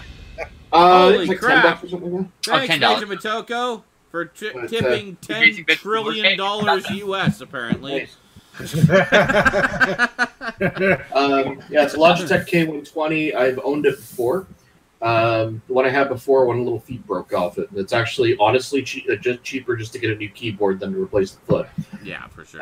Keyboards. And also, I'd had that keyboard a while as the keys were wearing down, but it was a nice model. Thanks, JL. Yeah, that works too. That's why I'm starting looking at this one broke. I can fashion a little thing out of Lego. We're Leroy Jenkinsing our way through keyboard repair, apparently. I also had my wireless mouse. I had the left button was wearing down, so like when I try and drag stuff, it wasn't dragging properly. That's usually the first thing to go. Using Microsoft Excel was really annoying because it was like moving shit all over the screen instead of like highlighting stuff. And, no, Stop doing that. Yeah, exactly. What part of me holding left click are you not understanding? Yeah, because it's like in my world I'm holding left click down, but in terms of the mouse it's like so it's like dragging. Yeah. It's like, why are you hitting shift? No one hit shift. Why is it highlighting things? What the fuck's happening? Why? So I got I actually got the same one as I had before. Nice. Just a little tiny wireless one. Yeah, really handy. Did you have to change out the dongle, or did you have to change out the dongle? Well, here's a funny story. So I opened it, took out all the packaging and everything. No dongle. Oh, they forgot. So I'm like, yeah, what the hell? So, okay, I initiated a return to Walmart. And I was kind of hoping that it was going to be one of these things where they were going to be like, well, it's going to cost too much to ship back, so we'll just let you keep the item and refund your money. No, they want it back. So I actually can't send it back until the next time I go to the States, which is going to be in the new year. Great. And I tried using the old dongle. Didn't work. It didn't register with it. So I was like, okay, whatever. So I went to Best Buy, and on a Black Friday sale, actually got this one, which is actually bigger than the other one. So it's like a nice size doesn't matter. Only connectivity matters. These ones are normally like $40. I got it for $17.99, which I thought was pretty good. Wow, like less than half price. Sweet. Yeah, they were like 30 or something. I can't remember, but anyway, it was a pretty good deal. 20 bits in that cup. And then as I'm opening the packaging, I noticed that it says somewhere on it that the dongle is actually stored in the mouse. Oh, what? So I was like, wait a minute. And then I go and I look at the little one, and sure enough, there's the dongle. Oh my god. Seriously, dude? That's not uncommon, you know? Actually, I've never had that. Yeah, I thought with all this space like here, the dongle would just be like in there or something. Look, the last time I bought one with a dongle, it was separate. It wasn't attached to the mouse. Yeah, exactly. I swear the last one I bought was the same way. But some of them have a little storage cubby for it, so you can keep it all together. You know, because they don't expect you to keep the packaging forever, obviously. So I scheduled the return with Walmart, and I labeled it as defective. So I literally feel like the Tourette's guy's dad playing pool. Like, this goddamn table's defective. There's like nothing wrong with it. So anyway, actually, I really love to keep this one because it's a much nicer size and the scroll wheel's a lot nicer. Yeah, but sure. unfortunately, I really need money this week, so I'm actually going to return this one. Yeah. But I will be reacquiring this mouse in the future for sure. And actually, I had a look on Amazon, and they're pretty cheap there too. So see, mine is a Lexma gaming mouse, which came in a kit with a keyboard as well. So I basically just upgraded my keyboard and mouse simultaneously. And I don't know how well you can see on camera, but by just pressing this button, you can actually change the DPI. Speaking of changing DPI, my mouse just randomly changed the DPI on me. It's got, there's like 4 levels of DPI that you can set to. One is just like flying all over the place indiscriminately, and other is like really slow and like precise for like, you know, gaming or editing or whatever. I tend to use it for editing. Like I use that feature for editing more than anything. Mine's a Red Dragon Cobra. Oh, hold on a second. Let me click on that. Red Dragon Cobra. Oh, very nice. Colors. Yeah, see, it's kind of just pulsating through all the colors. Just kind of pulsates. I think mine has a pulsate mode as well, but it doesn't do it on the mouse because the color indicates what DPI level it's at, so it's kind of locked. Yeah, I can change the color and the DPI separately. So I can make the keyboard pulsate. This is some basic bitch 3-button. But here's the thing, it's actually really decent mouse. The DPI settings, you can probably program up to 6 separate DPI settings. The problem is that's nice. The DPI slider is very inaccurate. It's like goes up like 250 points at a time. Oh, okay. So my options are 250 DPI, 500, 750, 1,000, etc. I'm like, I don't know. Look, I play first-person computers. Yeah. I don't need more than 1,000 ever. I don't need more than 200 usually. Yeah. I can't even get lower, so I need to get a new mouse. And now, ever since I updated it, it doesn't light up properly anymore. It just used to light up entirely. Oh. Right. So now look, it lights up and then like it just it turns off. It just dies. That's annoying. And then on top of it, while I'm actually playing, it will switch DPI randomly. Oh God. So I'm sitting there with like. That won't fuck you up at all, ever. Really slow, trying to snipe someone next time. You're like, whoa, what the fuck's happening? Like, what the hell? By the way, I like your Ming the Merciless pop over there. I just noticed that in the background. Thanks. Owen actually sent that to me. Oh, that's from Owen? Oh, sweet. Okay, see? Can you hold it up? 99% sure that's from Owen. God, I'm so bad at remembering what. Nice. God, I love the 1980 Flash Gordon movie. I've got Han Solo Chewbacca here. This adorable goggles. That's why I had this. Nice. Very cute. And then I have a Battle Beast homage from Imaginext. Nice. I know you love the Battle Beast. I gotta send you. Did I send you those commercials? Because I have all the original commercials. You never sent them to me. You're supposed to. I have all the original commercials recorded on SP mode VHS. So it's like the best. Fucking hell, let me talk. The best quality it can be. And thank you, JL. I love you and hate you all at the same time. I just hate being interrupted, but I appreciate the money. Thank you. Cass loves it. I can Cass, anything else? Well, one more, not really pickup, more sort of news. Figured I could share anyway. Okay. So the pickup would be this. It's payroll compliance legislation. Wow, that sounds exciting. Please do tell us more.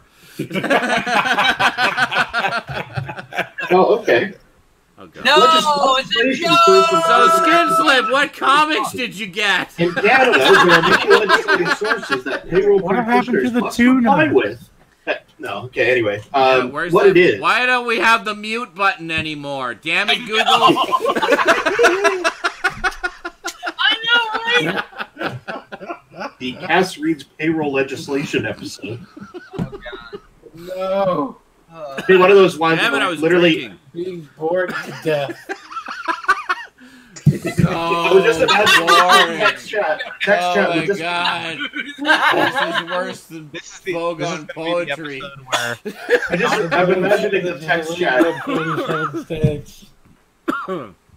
Imagine the text jet just flying with like, cast was muted by Zach, cast was muted by Justin, cast was muted by Eric, cast was muted by Sean. I was going to say, this is the InSaNiTy where Sean gets drunk, Cass reads legislation, and I forget what pickups I had last week. Yeah, that's right. Cheers! I'll drink to that.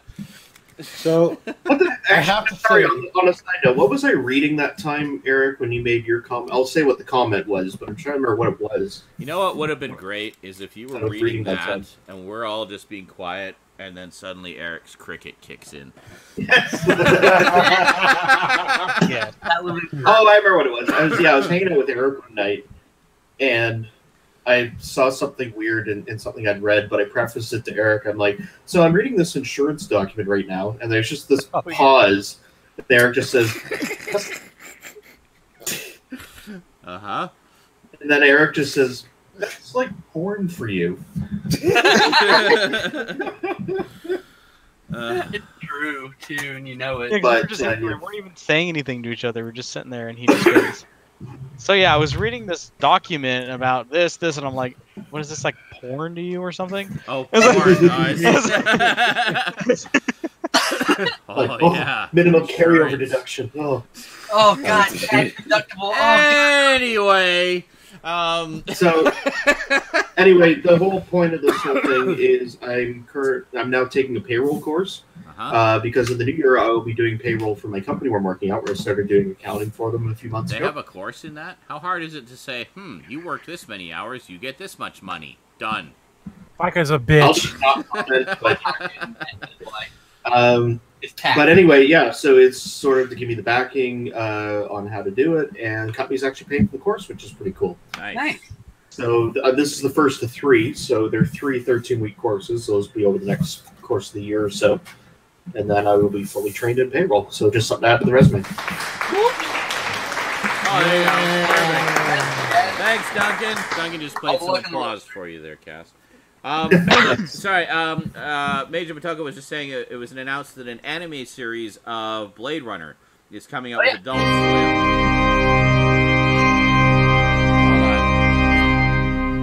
Thanks, Roth. Yes, I think I saw your post about that earlier. But just for those Sorry, that was me. Yes, I'm smelling that from Nanaimo. That's right. So yeah, apparently there's an animated series of Blade Runner coming out, 13 episodes on Adult Swim. Fucking A, I can't wait. It's an anime series, so Japanese. So I assume it will be kind of similar in tone to the anime short that we got that was one of the stories that bridged the gap between Blade Runner and Blade Runner 2049. Awesome. 13 more episodes set in that universe. I am all for it. Yes, please. I look forward to it. And I will buy the inevitable Blu-ray when it comes out. Assuming. Yes. No, it will. There will be. Or the UK Blu-ray, because it's apparently where we have to fucking buy our Netflix shows. Yeah, no kidding. Whatever it takes, I will find a way to have it physically in my collection of Blade Runner awesomeness. I'm so glad that universe has been given like a new lease on life. You know, for the longest time, like we had the original movie, which is a fucking masterpiece, but in terms of like merchandise or expansions of the story, there really wasn't very much out there. There's a trilogy of novels, and then Soldier. A trilogy of fucking whatever novels. I don't even care. Fucking awful. They're awful, dude. Turns out that Press was actually human and not a replicant. Ooh, what a twist! It's like, shut up. Just shut the fuck up, KW Jeter, whoever the fuck you are. I don't even care. Go away. My God, you're burnt, son. You got burnt. It's like in the brilliant new trilogy of Blade Runner novels, it reconciles the differences between the movie and the book and takes things in bold and exciting new directions. Like, who wrote that spiel? The author? About his own bit of fan fiction that he managed to get published? Fuck you! No. There are only 2 people I trust with the story of Blade Runner, and that is Philip K. Dick and Ridley motherfucking Scott. Thank you very much. No. Well, and now Philip, the guy who did the new one, because he was amazing. That guy got it. That guy really got what that universe is about. And yeah, Denis Villeneuve. Yeah, that guy. And he was great. Like He's Canadian, you fuck. He clearly was a fan and respected the material and wanted to do like a really cool continuation, and he did. 24/9 was fucking amazing. I need to watch it again, but loved it. Absolutely I need to watch it too. So when you're ready, let me know. All right, will do. Unless you don't want to, of course. I don't give a shit. Well, I don't know. Maybe time will tell. It depends on. Oh my God! It's the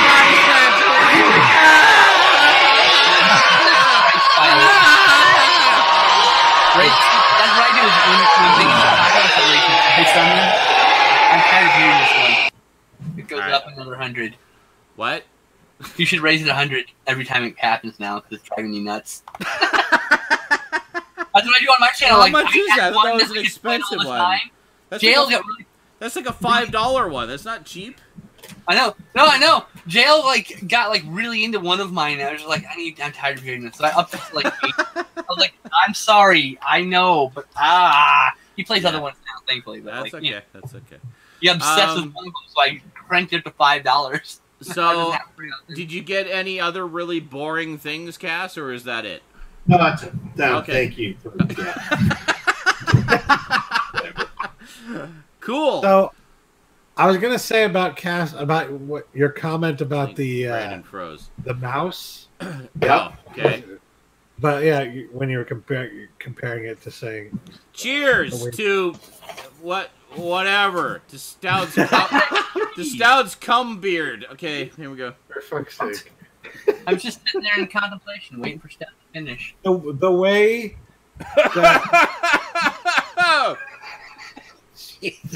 Watch me shot 1 second. You held that in your mouth for way too long. Okay. Okay, we're good. With the Tourette's guy reference.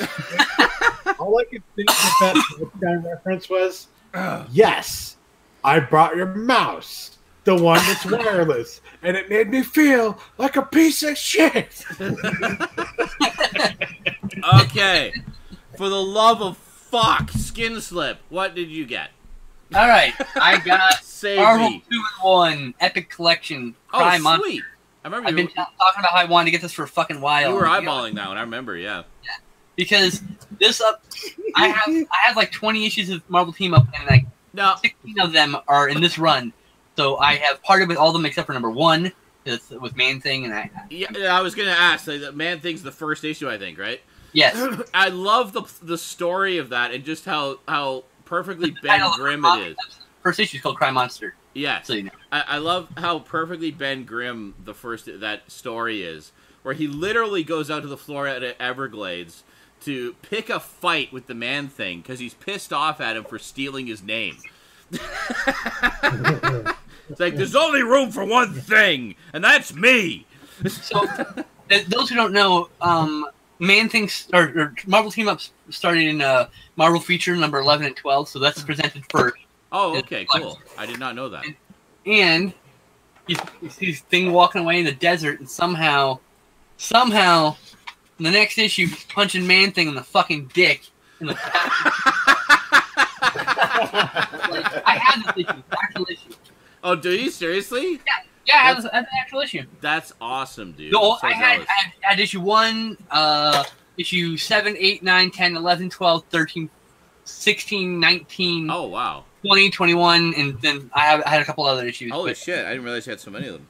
But I replaced most of my Marvel Team-Up issues with this. That's except awesome. For, they're already gone. Marvel 2-in-1, you mean? Number 1 I kept, because it's something I've had for a long time. Well, and that's a great issue. It's fun. It's silly. It's goofy. They're best friends by the end of it. The whole point of this project is to get rid of single issues and replace them with this, because this is like 24 issues, and this 24 issues is like this much space in a box of bags and boards. Oh, I know. And look at this. This store's in the same box. Oh, it's beautiful. Yeah. I love the Epic Collection. I love this. I wish I could afford to get all of them. Like I love the Epic Collection so much. Amazon dropped their prices on all the first and second wave ones. Did they? Except for the X-Men. All the ones with Stanley are out of print right now. Yeah. Wait for reprint. They're of course going to get reprinted. The whole point of this project is I want the fucking X-Men one. I'm so pissed off that the X-Men one is out of print now.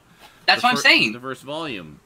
Yeah, but these are meant to always be in print, so we're just waiting for a reprint from China. It's been out of print for a while.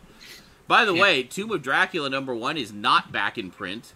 I went to Amazon and I managed to find one seller that had it for like regular price, like $40-something bucks. Well, I guess a little higher, but so I did finally order it. So, and I got volume 2 on the way too. Oh shit! It isn't back in stock yet. It's still in print. Marvel hasn't listened out of print yet on their site, so imagine they're going to be reprint. I'm sure there's another printing coming because the series is still going, and obviously people are going to see the later volumes come out and want to get the earlier volumes. There's going to be a lot of latecomers to it. But there's a budget, and they spent that budget. Yeah. And they're currently printing volume 3. Yeah. When volume 3 is done, they'll go back and print volume 1. It's a cycle. You know. I mean, fuck, I want all of them because like I've been having such a blast. Finally reading all of the Marvel Monster stuff. Like, I've never read any of it before. It's like, it's all new to me. Gene Colan on Tomb is so good. And I'm like, well, there's so many great. There's Gene Colan, there's Val Mayrick, there's Mike Plug. I think even John Buscema does a few issues. He does. It's just, and the stories are just so fucking good. Like, Man-Thing, like, Steve Gerber was like... The first 3 issues of Tomb of Dracula are just really rough, but it gets its footing after they get That's what I've heard, yeah, that it takes a little bit to get going. Werewolf was pretty much awesome right out of the gate.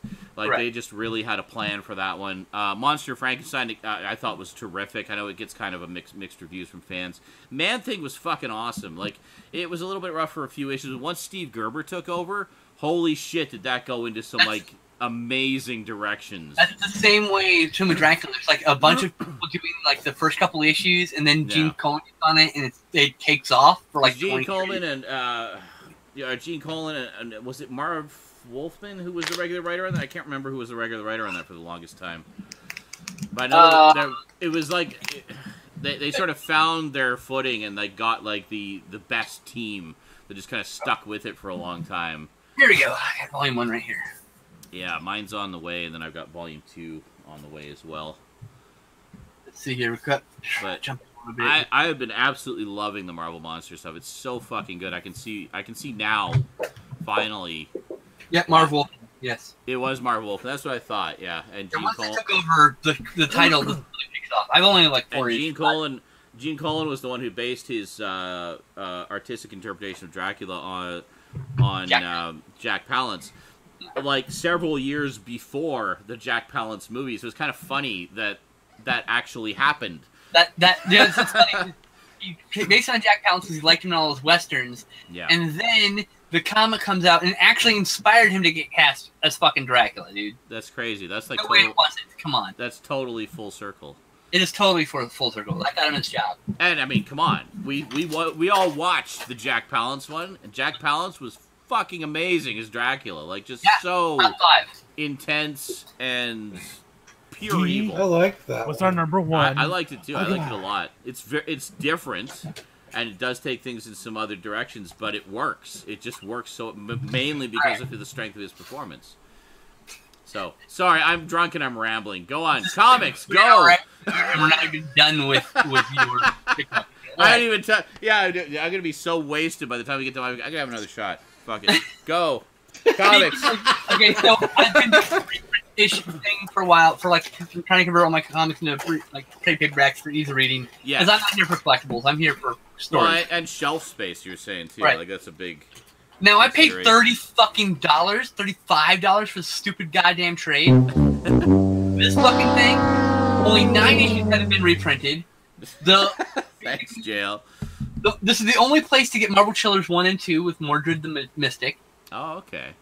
First 2 appearances before he goes on to the whole storyline that's in here with Doctor Strange. The whole storyline, the core storyline that this is about, from Doctor Strange, Sorcerer Supreme, that's never been reprinted before. There's like 9 issues. That's excellent. Hold on a second. Rise of the Darkhold. Is that the book? The Darkhold? The Darkhold appears in Marvel Comics. It first appears in Tomb of Dracula, and first appears in Werewolf by Night, I think, isn't it? Yes. That was like a major. Yes. Holy So here's shit! the thing. That's like a major story thread of Werewolf by Night. Like they talk about the Darkhold all the time in that. Yeah. So here's my problem with this trade paperback. This has Tomb of Dracula 18 and 19, and Werewolf by Night 15, which is the crossover issue. Yeah, I remember that one. Yeah. This is which is printed in the Werewolf by Night and the Tomb of Dracula volumes. Yes. I don't have to buy both, Yeah. which is great. But now this is the third time it's been reprinted. It's here again. Yep. I'm gonna have that 3 times in my collection. Okay. Just in case you missed it. Dracula number 6, which is part of the Marvel, which is actually part of the thing that's in here is actually part of the Marvel Horror Companion or whatever, Volume 1. Yeah, yeah. I think that's the only volume they're doing, sadly. I know there's more material they can put in there, too. We got Avengers 185 to 187, West Coast Avengers. Some issues in here. I can't find it. Anyway, and that's the Knights of Wondergore storyline. And that's collected in a much better trade about that storyline because it's only part of the storyline. Only 3 of the issues of an 8-issue storyline. Yeah. In the Avengers Knights of Wondergore trade, which is out of print now. But frame rate. that's so I'm going to have duplicates of that eventually. And then it's got Amazing Spider-Man annual number 22, which is and another one other annual, and both of those are just segments of the fucking High Evolutionary storyline. Oh God, Michael, shut your cake hole. Sorry, Michael has gone. Hardcovers are better. Hardcovers are better. Hardcovers. Hardcovers only. Like fuck you. My cock. Anyway, like, A, harder to read. B, take up more shelf space. No, way more bad. They don't fit in the comic boxes as easily. And they don't fit in the comic boxes, yeah. So exactly. This is the only annual and what is a 10 annual crossover event for the Evolutionary War. I remember that one. Yeah, it mentions when it happened. One piece of fucking dialogue, but this whole annual is just collected here for pointless reasons. For that one piece of dialogue. Yeah. So there's only 9 issues in the entire volume that actually get replaced, and everything else is duplicated multiple times in my fucking collection. This is a waste of $35 fucking dollars. Well, that's annoying. That's annoying me, yes. Then we got, I see, did I talk about Night Quest? I think so. We talked about it in Show and Tell. You talked about Nightfall and Troika and Night's End. And Troika and all that shit's still coming. Yeah. This is the first time this has ever seen print outside of like 2 or 3 issues. That's the one with Azrael, right? This is the other.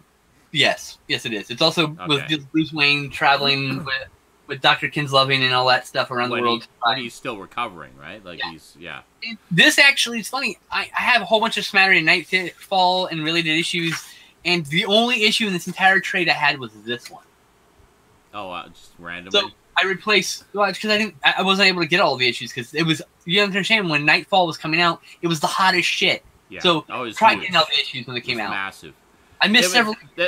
I mean, they were basically trying to sell it like the next Death of Superman thing. Yeah, which is funny. They were both those creative teams were planning it. Both of those things years in advance. Yeah. Never talked to each other. Just never happened to come up, and no one said anything. It just happened. They're like 6 months apart. Yeah. Like literally, they actually worked in the Death of Superman as part of the reason why, like, Bruce is so worn down. He's like worn down from not getting enough rest, constantly having to fight all these problems, and he's emotionally drained because Dick Grayson's pissed off at him because he got fired. Because they're having like more issues, right? Yeah. From Lonely Place of Dying, that whole thing. That's resolved, right? And then he's got Bane causing all sorts of shit with Wayne Tech because he knows his fucking secret identity, all that shit. Anyway, so this is the first time that this only like 3 or 4 issues from this like 12 or 16 issue run is actually in the omnibus editions or any other previous edition. Except the hardcover omnibus editions, the new ones, the complete ones, that has all this. Yeah. But this is the first time this trade has been collected by itself like this, so you can read the whole story arc. Yeah, that's what you were saying. Like the new sort of set of them has way more material in it that was not included in the previous set. It has everything ever for Nightfall. Every tie-in issue, everything. Nice. The only thing that's not collected is Catwoman issues 1 through 4, but that got released as Catwoman by Jim Balent, Volume 1. It's 1 through 20. So, okay, there you go. And 7 and 8 are collected. Catwoman 7 and 8 are collected across these volumes, which also deals with Nightfall. Nice. Next, Action Comics Weekly. Action Comics issue 600 went weekly, and for 42 weeks straight, they produced multiple storylines with multiple characters. One of them was Nightwing. This is one of the only trade paperbacks printed from that run. This is the complete Nightwing story. Yeah. There's one Superman story in that. I remember Action Comics Weekly. It was kind of a big deal when it came out because it was like they were going back to the original format of Action Comics, like in the like the late 80s, 40s, and where it was like, well, I mean, like they're bringing it back. Where it was like this. It was more frequent, but also larger issues, like higher page count, and so they had like all these different, like for years, Action Comics was just Superman, and that's it. So then they brought it back as Action Comics, or they turned it into Action Comics Weekly, where it became more of an anthology thing again, where you had your Superman story and a bunch of other stuff, just like the original Action Comics was. Oh my God, Michael, get fucked, bitch! What? Don't you ever tell me how to talk to you in the channel we're fucking on. You listen to us about how you talk to us. Don't you ever talk to us like that, motherfucker? What? You're gonna get your shit banned. Wow, be a dick about it. Don't fucking talk to me. Wow, dude, chill out. Just relax. We're just saying we like soft covers. But shut the fuck up. Don't hear shit. Anyway, next up, Superman the Justice League Volume 1. This is the lead up to Death of Superman. Cheers to everybody being dicks to everybody. Then, go fuck yourself, Sean. Death of Superman and Justice League Volume 2, which leads up directly into the Death of Superman. Next, we got the latest volume of Robin, War of the Dragons. Oh, God. Next, we got Azrael Volume 1, which has Sword of Azrael, which is to Nightfall. One of the few things that isn't printed in Nightfall trades, and then has the series of Azrael post Nightfall. You read the first half of this trade, you read Nightfall, and then read the second half. Cool. Completely out of print, Batman Second Chances. I got a library copy, unfortunately, but hey, complete, pretty good condition. As long as you get it. Next, we got Batman the Killing Joke, Deluxe Edition. Oh, sweet. Unfortunately, I don't want this edition. Oh. Because this edition has the new colors. See, I actually have the original first. Holy fucking shit. Dick! Thank you, JL. I actually still have the original first printing. Like, I literally bought it when it first came out. So, definitely has the original colors. New colors aren't bad. This has some extra material because it's the deluxe edition. But, yeah, it's pretty cool. I don't have the problems with new colors, but I want to get a copy of like any edition of the old colors. There's so many printings of the original. I'm sure you can find one of them fairly cheap. They're like $6-8 on eBay. I'll pick one up eventually. Yeah, the printing is denoted by the color of the text on the cover. Yeah, I mean, I don't need a first edition. I just don't need a new edition. I want you just want one with the edition or the original color. Yeah. Yeah, then for we got sure. Batman Year One Deluxe Edition. Nice. I have the paperback edition of that. I used to have the previous hardcover edition of this. Yeah. I abandoned it in Texas because it was one of the things like it's. There was I forget which one it is. There's one I think it's like an anniversary edition or something that. Oh my God! What I'm talking. JL said, "Hey, listen. It was Duncan Large played Dick." Okay, yeah. Honestly, it isn't that important. You can see it on the screen. Anyway, there was one particular edition of Batman Year One that David Mazzucchelli was really pissed off about, who said that the way that it was published and the way the colors were represented was not accurate to how the original artistic intent was. That's the one I had, which is another reason why I was like, eh. It was like, I think, what was it? His problem is it was like all on glossy paper and stuff, and it wasn't. Yeah. It doesn't present as well on glossy. It needs to be like matte. The one I've got is I think it's the more recent edition, and it's all matte, which is really the optimal way. Yeah, I like that. That's how it should look. much nicer, and it has a lot of David Mazzucchelli's sketches and stuff in it as well. It's a nice bonus. This is the deluxe edition also. In fact, it's probably the same edition you have, just in paperback form. Yeah, there's the same thing. They had the same edition for paperback, but this was the same price. So like, and I was already getting Batman Year 2, which only comes in. Oh, nice. This has Batman Year 2 and has the full circle as one story. God, does that actually say 30th anniversary on it? Fuck, yeah. Am I that old? Yes. God damn. I remember getting Batman Year 2 when it came out. and I really liked it. But so this is not collected in like second chances or any of those trades. So this is we get these things separate because in the contiguous trades, these are flashback stories are not collected in those. So no, they're not. I was getting this one, which is the only one that comes with full circle, and this one, and I was like, fine. And so I decided to get the same edition so they matched because I'm a fucking weirdo. Yeah, no, it's good. It's good. It's a good set. Last and definitely not least, the thing I wanted the most out of all of that was Tales of Batman Archie Goodwin. Now, the thing about this trade is... Oh, nice. There's one story in here from Legends of the Dark Knight called Seed that's never been printed before in this volume. I met Archie Goodwin. Oh! At a comic convention. And I had him sign one single comic book. It was an issue of The One by Rick Veitch, issue number 5, because he was the editor at the time of Epic Comics. Oh, nice. So he did a little sketch for me and signed it for me. It was very, very, very nice guy. This is also the first time that Night Cries has gotten reprinted, and it's also in better color, better, more accurate colors than the original printing, actually. That's really pretty, yeah. I remember there was a guy in front of me, or next to me in line, who had a stack of the original Marvel Star Wars comics, which, of course, Archie Goodwin was the primary writer on for a good chunk of the run. And he said to the guy, it's like, well, you know, what am I holding on for just a second here? There's a kid here who just has one comic. Like, well, I just do his, and then I can do yours. Like, oh, okay, yeah, no problem. So I thought that was really nice to just kind of take that consideration. You saw that I just had one. Like, I literally had one comic. Like, I didn't care. I just, like, it's fucking Archie Goodwin. The man's a fucking legend.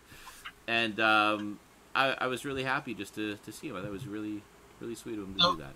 This collects the few stories of Batman that Archie Goodwin wrote, plus almost the entirety of his and Walt Simonson's Manhunter. Almost all of it. It's missing one or two backup stories from like later on Walt that Simonson aren't entirely written, but aren't done by Walt Simonson. So you can also get those things in a Manhunter by Walter Simonson volume. Oh, okay. But this also has the other. I got this version. I really want to get. I think there's a series. Yeah, I think there's a series of trades splurged on it of Walt Simonson's run on Thor, which I would really like to. 5 or 6 volumes, which he wrote and drew. It was like he totally made it. Oh, he did. He was a huge run and like just legendary. His run on Thor was like John Byrne's run on Fantastic Four. Like it was just like. His run and Straczynski's run were the inspiration for the Thor movies. So yeah, no, that's good stuff. Yeah, so that's everything. That's everything. Okay, well, I guess it's. I gotta piss now.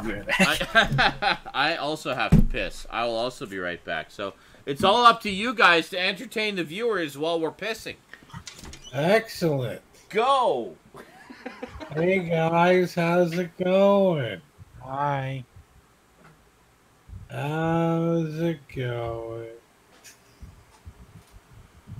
I'm going to find all the Christmas-related emotes that I have and post them in chat. Yay.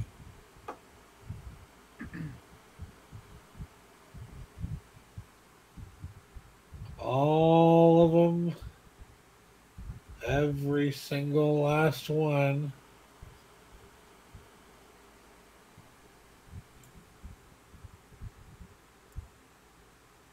Still not done yet.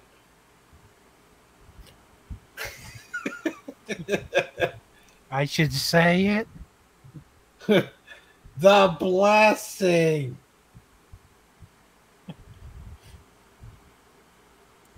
Doot, doot, doot, doot, doot, doot, doot, doot.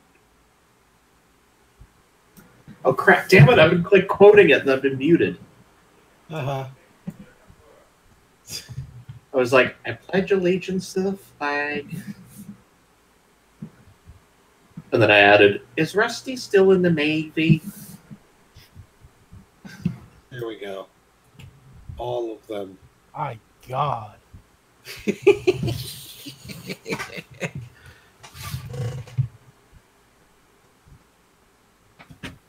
there's more to come.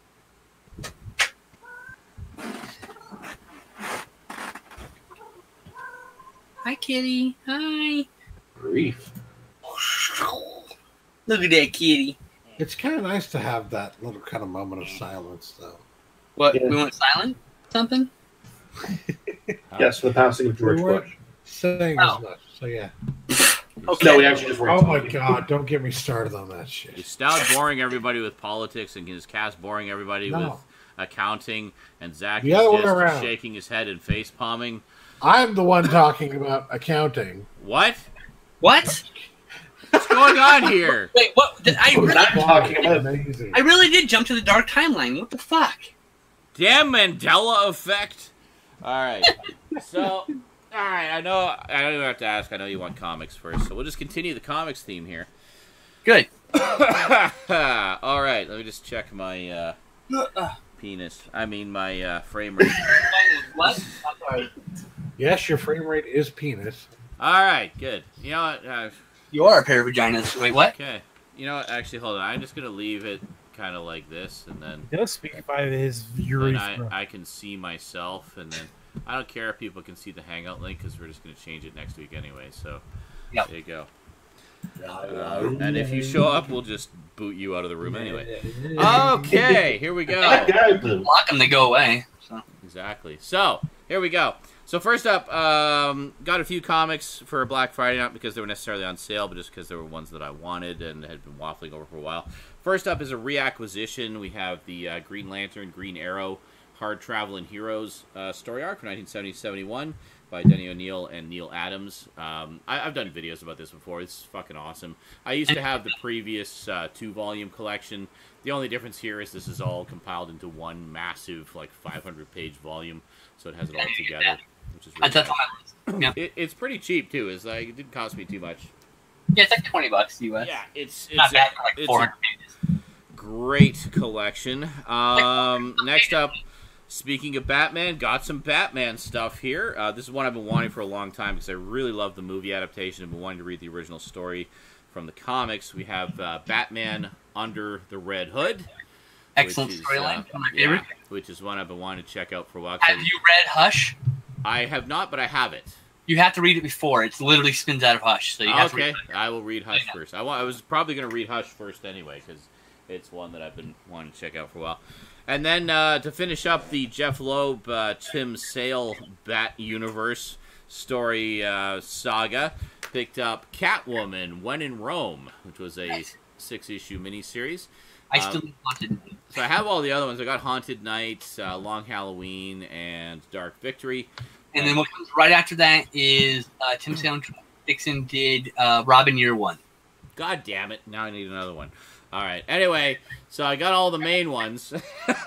So this kind of runs concurrently, I think, with Long Halloween. And actually, no, I think it's Dark Victory, yeah, where Catwoman kind of disappears for a little bit. So this kind of tells what she was up to and what was going on.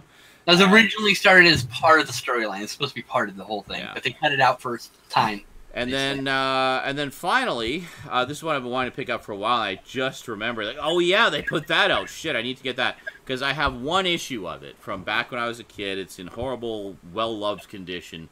I talked about it back when I did my video about Green Arrow, the Longbow Hunters, and just how it was one of my introductions to Green Arrow. So issue 4 of this series was my introduction to Green Arrow, or part of my introduction anyway.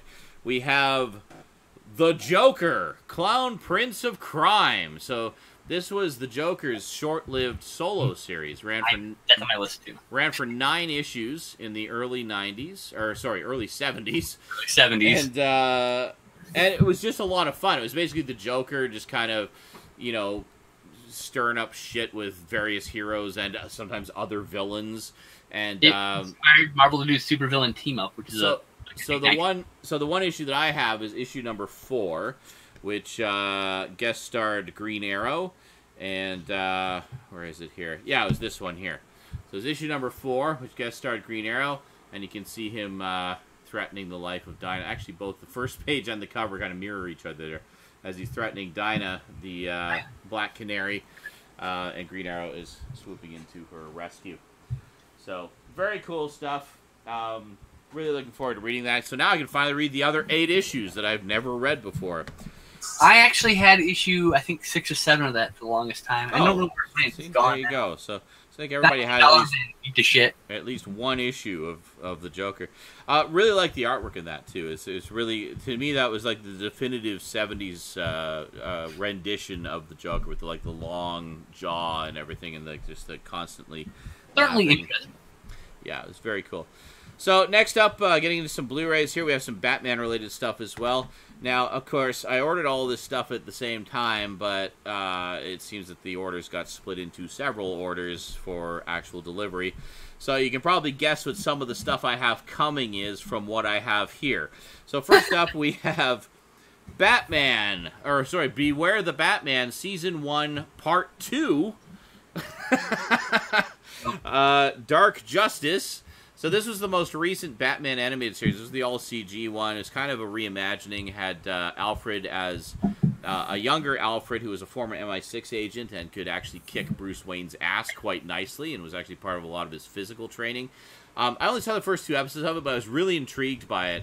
And then I read a really lengthy review of the series on Amazon from someone who just sold it so hard and talked about the strengths and how beautiful the animation is and how strong the story is and stuff. And it's fuck, dude, this was the most well-written review I've ever read of anything ever. I'm sold.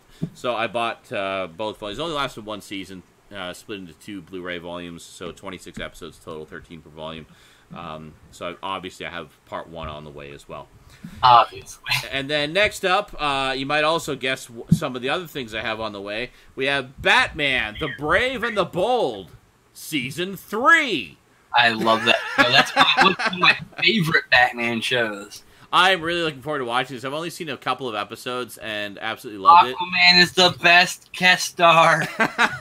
There's all sorts of great guest stars. And the best part of that show isn't even Batman. It's all the cool characters you used to be with. Yeah, so anyway, really looking forward. So this actually ran for 65 episodes. I didn't realize it ran that long over the course of its 3 seasons. So it's 2 seasons of 26, and the final season was 13. So for the magic syndication number of 65. So anyway, obviously I have seasons 1 and 2 on the way as well. So really looking forward to this. I've wanted to actually sit down and watch this for ages because I really like the few episodes I've seen and the clips I've seen. And at first, when this first came out, I was kind of like, what the fuck are they doing? They're doing kind of like a tongue-in-cheek, goofy Batman. What? Why? And then after watching a couple episodes and a couple clips, it's like, okay, yeah, I get what they're doing. I get it. And actually, I really like this a lot. So that's one of the coolest toys in a long time, too. Oh, it's so good. And Diedrich Bader as just sort of the tongue-in-cheek Batman. But there's also deadly serious episodes in this too. Mm-hmm. There's a couple that I've seen on some of the other DC Universe movies that they just kind of threw in as a bonus. And I was like, wow, that was a really fucking serious Brave and the Bold episode. I was not expecting that. So yeah, really looking forward to diving into that. And then they flip the script. Normally, it's a really serious show, the random comedic episode. Reverse. Yeah. What I like about that show is that every episode starts with the end of some adventure you didn't get to see. Right. But you get to see, the resolution of with a hero that's not generally part of the story always. But it allows you to see more characters in animated form. It's just really cool. Mm-hmm, some of the guest stars, we got guest spots and cameos of characters I would love to see an episode for. So you at least get them in the sort of teasers or whatever. Yeah. That's cool. And then, I'm not sure, because Warner never puts the fucking years on anything. It's they want everything to be timeless and mysterious. Anyway, I think it was a couple years ago, they did a brief reunion of Batman Brave and the Bold with Scooby-Doo. So we have Scooby-Doo meets Batman Brave and the Bold. I figured I'd grab this since I'm grabbing all the others as well. Great one, actually. Well, there you go. So and both of those things, so just of course. Absolutely, yeah. No, well, and Scooby-Doo's met up with all the various iterations of Batman over the years, too, I think. So it's been pretty fun. So anyway, Diedrich Bader actually does come back as the voice of Batman for this, and this was done a few years after the series ended, so pretty cool to have that review with the Scooby gang. So next up, I got one movie. I've got a few more movies on the way, I think, but this one is one I really wanted to get. I used to have it on VHS back when I lived in Selkirk, the Multimedia Chronicles retro days.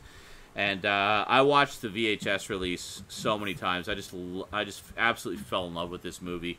We have Ken Russell's Crimes of Passion, and this is the Arrow Video Blu-ray edition. Perfect. Which includes the unrated theatrical cut, which is the theatrical cut that Ken Russell wanted the world to see. But the studio... Oh, you got that slip, too. One yeah. you know. Oh, yeah. It's got the slip cover as well. 3,000 pieces, I think. Yeah, very, very nice. So it was... so the original theatrical cut that was shown was actually heavily censored from what Ken Russell wanted them to see. The studio cut it.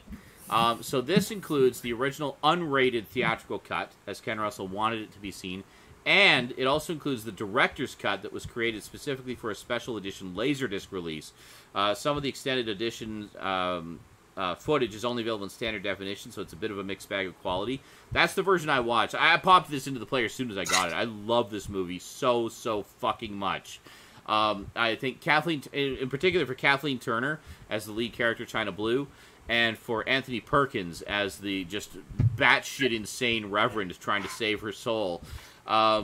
This is such a goddamn good movie. Like, it just really dives deep into the psychology of the characters, into the nature of love and sex and relationships, and it's very frank and honest and open about it. It really pulls no punches. Fucking see this movie. It is so goddamn good. And it's beautiful, too. It's, like, appropriately... You know, the cinematography is, like, appropriately garish red light district lighting and neon colors. And basically, Kathleen Turner plays a character who's like an up and coming successful businesswoman by day, $50 hooker by night, and like how she's trying to deal with that balance in her life and find some kind of meaning of sex and relationships and find something that satisfies what she needs. Does she need to be a hooker? Probably not, but there's a reason why she does that, because something's missing from her life, and that's what this movie dives into what her issues are and what a lot of the issues the other characters are. It's just a brilliant character study, and I love this movie so much. I've watched it. Good movie. I've watched it so many times, like I can't even begin to count. So, yeah. So check it out. Good stuff. And of course, being Ken Russell, it's a little bit trippy. Man, Ken Russell makes such good movies. He's got screwed over so many times. He really does. Just like John Carpenter, man. Yeah, absolutely. Just an artist who just needs, or Toby Hooper, he got fucked over a lot too. You know? Wow, thank you, Duncan. Thank you very much. Applause! I got an applause for my review. Applause! All right, so next up we have a trio of box sets that I've been waffling on forever. All three of them went down to like impulse purchase range of about $60 or so over the course of Black Friday and Cyber Week season. So I was like, you know what, fuck it, I'm gonna finally get all three of these. So first up we have Battlestar Galactica, the original 70s series, the definitive edition on Blu-ray. I need that still. This is really nice. This is the one you get. Honestly, I would grab this as soon as you fucking can, because I think it's out of print now. The version I keep seeing widely available is the complete collection. And the difference between the two is the complete collection only has the 16:9 cropped widescreen versions of the show, whereas this version, the definitive edition, has both. It's actually got twice the number of discs that are in the complete collection, because it has the widescreen edition, and it has the full frame edition, and it has the theatrical version of the movie as well, and all of them have their own extras. This is an absolutely beautiful. I've already watched. Oh, good for you! Thank you. It's already. I've already watched like the first couple discs of this. This looks so fucking good in high def. Like, it is absolutely beautiful. And I'm so glad like Universal kind of bucked the trend of filming on film and editing on video and just said, fuck it, we're doing everything on film because it's the way we've always done it. Because now we're getting all these classic Universal shows on Blu-ray, and they look amazing. Absolutely amazing. So Battlestar Galactica looks great on Blu-ray. And having Battlestar Galactica, I just had to get this other set, which I've always kind of paired along with it. That and this one are the two sort of late 70s, early 80s sci-fi shows that I grew up with. Also picked up Buck Rogers in the 25th Century on Blu-ray. Now, here's the thing. This is a release from Madman Entertainment, Universal, which is an Australian company, but it's region-free. Yeah. It's region-free. So this basically is a box that contains the Season 1 and Season 2 sets. And I'm just going to keep these out of the box for easy access. But beautiful artwork on this. I've watched like the first couple. I'm in the middle of the second disc of the Season 1 set. And I got to say, this looks fucking beautiful. It is so amazing. Like, just the level of detail. And I've never seen Buck Rogers look this good before. Is there a reason you went with the Australian release as opposed to the US one? There is no US release. Oh, is there a UK one then? No. There is, I believe there is a Australian release and I think a German release or something. But that's what I've seen on Blu-ray elsewhere. But the Australian one, there's a couple of different ways you can get it in the complete series set, which is about $60 Canadian. It's stupid cheap. That is pretty cheap. And it's region-free. The only catch is there's a couple of things on there, like a couple of movie versions of some of the episodes that are only available in standard def, which are PAL format. So you may or may not be able to play them depending on the capabilities of your player. But the high def, like the main series, the high def episodes, you'll be able to play no problem because they're region-free. The other thing was you can get the 2 season sets individually, the Madman releases. However, the 2 season sets are about $60 each. So just get the complete series set, because it's literally the 2 season sets stuffed into a box. It's not like there's not a disc or something difference? No, there is no difference. They're the exact same sets. So weird. Yeah, and it's beautiful. So I've been watching it again. I've actually, if you look at my screen here, I've actually got it up on the screen there. You can't really see too well, but anyway.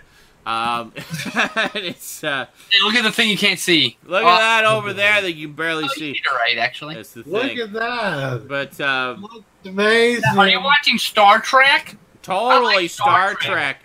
Actually, funny how we were talking about Batman. The episode I'm watching right now is a 2-parter, and Frank Gorshin guest stars as one of the main villains in it. It's great stuff. Oh, actually, one of the other villains. Thank you very much. One of the other characters in it is a character actor whose name escapes me, but he was the main, one of the main characters in The Heat of the Night. I think that was one of his first major roles. He played like the guy who ran the diner in The Heat of the Night. He's kind of racist guy. In the heat of the night. But it was a great character. I've seen him in so much stuff over the years, and his character in this, who was this guy here, this masked guy in this 2-part story, is like a character that I always remembered as a kid. Just kind of resonated with me. He's like this mysterious guy who's like afraid to show his face because his race of people, destroyed themselves with nuclear annihilation and like genetic mutation, and he's really ashamed of how he looks, and he's just full of so much pain, and so like, he comes across as kind of badass at the beginning, but he's really like got all these layers to his character and his pain, and it just always really, I thought was amazing even as a kid. So great stuff. Fucking love Buck Rogers. Alright, so next up, last but most certainly not least. Shut up, Stout. I mouthed wow because my back hurts like a motherfucker. Oh, never mind. I thought you were sarcastically saying wow in regards to me because it's all about me. Good for you. This is about you, Sean. So, congratulations. Okay. Actually, my shoulder was hurting for a long time, but it's actually been feeling better the past couple of days. Like, I actually got a really good sleep last night, and it feels I got a soundbite for that. Hold on. I got a soundbite for that. Go ahead, keep talking. Keep talking. Keep talking so I can interrupt you. I'm ready. Oh, good for you. Okay. Thank you. All right. Last but most certainly not least, this is a series I've been wanting on Blu-ray ever since I first watched it on DVD and noticed it was in widescreen and thought, wow, I bet they filmed this in high definition. I hope there's a Blu-ray at some point. Then they put out a handful of Blu-rays, but the rest were only available on DVD. And then finally they put out a complete series set on Blu-ray, but it always seemed to go for like $200 fucking in the store. I was like, no. So this past, I think the price kind of leveled out at about $150. So Canadian. So this past Black Friday / Cyber Week, This was available for, I believe, I think it was only 24 hours. It was like a 24-hour sale for 58% off of its regular price. Ooh. So it was like $65 for this complete series set. And I thought, you know what? I think it's finally time I got this. So I can finally see the last 3 fucking seasons, which I've never seen before. I've only seen the first 3 seasons. I'm, of course, talking about the groundbreaking HBO original series, The Sopranos. Oh. They're going to say dead. Cool. Nice. I don't really care. I thought it was good. What? Oh, fuck you. I thought it was a good show, but like... Wow, thanks for just totally shitting all over my drama. I didn't want to really own it. So That's actually what I want to see for a while. So I wish it were Deadwood instead. So here we have... Actually, Deadwood was also on sale, but I went for this one instead because... The Sopranos. It's one that I've seen and I like. And yeah, so it's got them all on their own individual sets. If we take a look here real quick here, we've got... Oh, fuck. Oh, my God. Wow, hold on. Hold on a second. Large, go ahead and flip it. Shut up. Fuck you all. So each set has... Fuck! Oh, my God. My glasses are flying out finally. Anyway, each set has, like, a face on it, so it's kind of like... Breaking Bad, I guess, kind of. So his face is, yeah. Anyway, there you get the idea. Yeah. So. Damn it. Anyway, The Sopranos. Woo! No, I've wanted to see this, like, the rest, like, own it in high def and see the rest of it for ages, because my dad and step family had the DVD collections, and I watched the first 3 seasons when I was living with them for a while, and really enjoyed it a lot, and so now, you know, I can finally see the rest of it. Obviously, by this point I'm going to start again, because it's literally been a decade since I last watched the first 3 seasons, but... Fucking ball. All I can think of is that GIF with the little Asian girl who's opening the bottle of soda.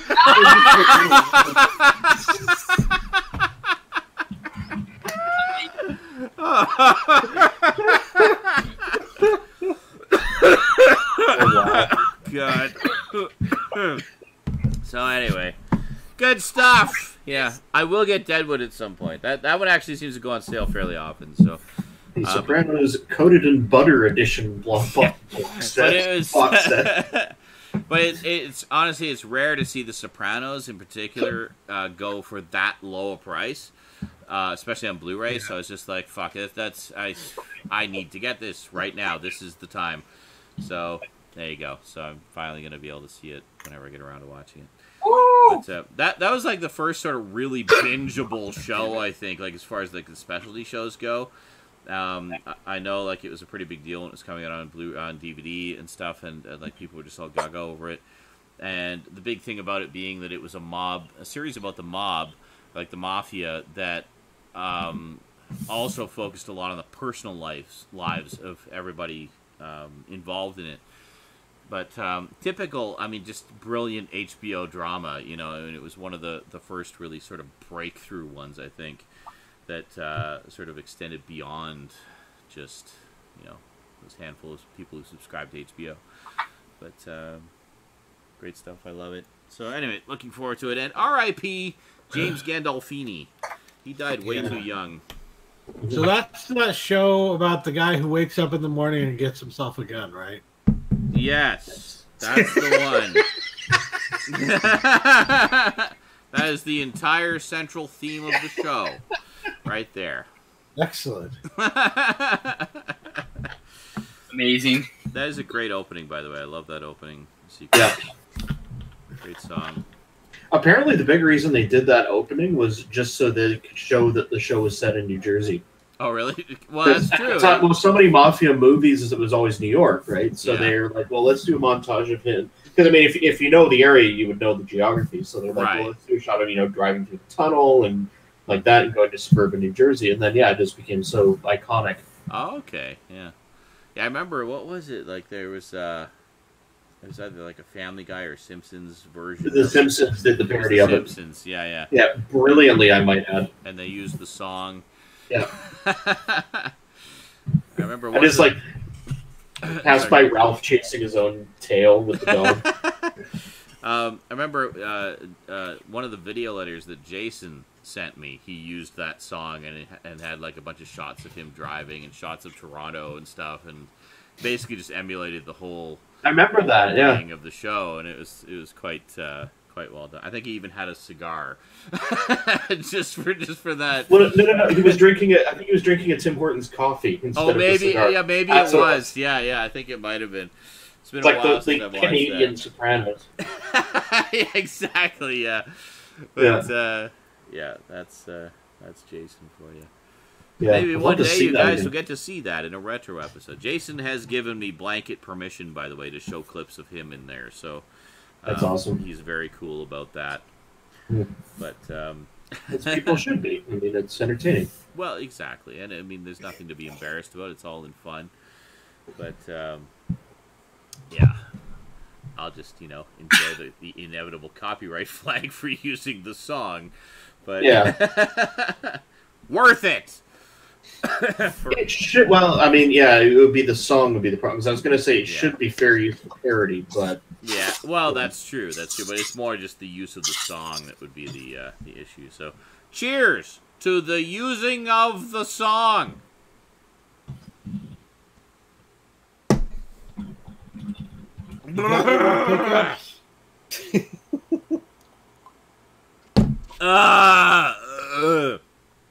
So yeah, when I got Crimes of Passion, I watched the director's cut because it's the longest cut, and that is not fail. That is win. Fail. Anyway, and it was pretty cool because I'd never seen. I'd only seen the censored theatrical cut because that's what I had on VHS. And I watched it. Anyone had, really. Pretty much. It was the most widely available. Yeah. And I had meant to get the unrated cut for because the unrated cut has been available for a very long time, like as an alternate edition. But I didn't even know about the director's cut until I got the Blu-ray. It's like, oh, there was some Laserdisc edition I apparently was unaware of. Awesome. So, anyway, great stuff. Some really good extras on there, too, as is often the case with Arrow. But I have a tweet to read. Uh-oh. A tweet. Uh-oh. Uh-oh. From Seth MacFarlane. Uh-oh. Well, it's a series. He wrote the main tweet, and I want to read a little, very short. Okay. Little, it better be, Twitter. because I have the attention span of a gnat right now. I need a dick. Well, Seth MacFarlane says... Too long.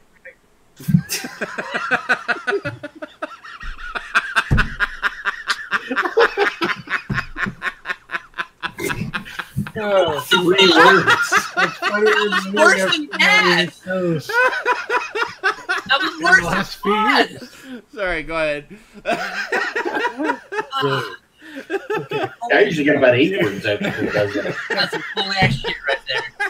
Get a guy coughing every few seconds in the gym. Please go home and rest and stop coughing every few seconds in the gym. Thanks. Dick. So, kind of a dickish comment. Uh-huh. And JL says, does the dick sound right there. Perfect. Yeah.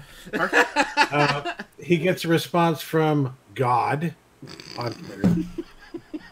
And God says, what a dick. Maybe someday if you keep working at your cartoon hobby, you'll have enough money to have your own home gym.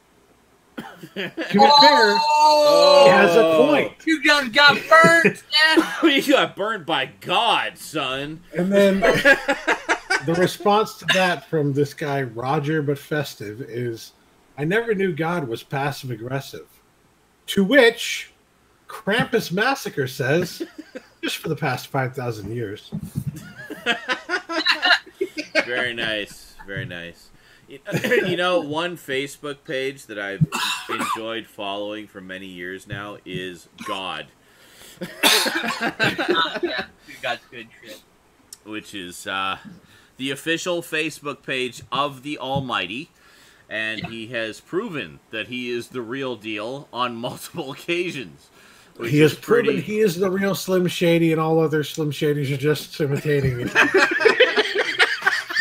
Like, I remember there was this classic one where this guy was like, "How do you're not God? Like, why do you think you're like, how could you like go and say that you're the real God?" It's like, because I am.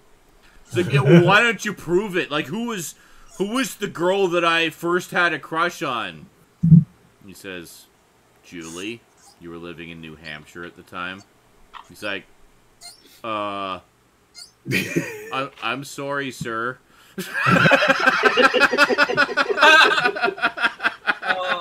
Holy shit, all I had to do was guess? It's like, how the fuck?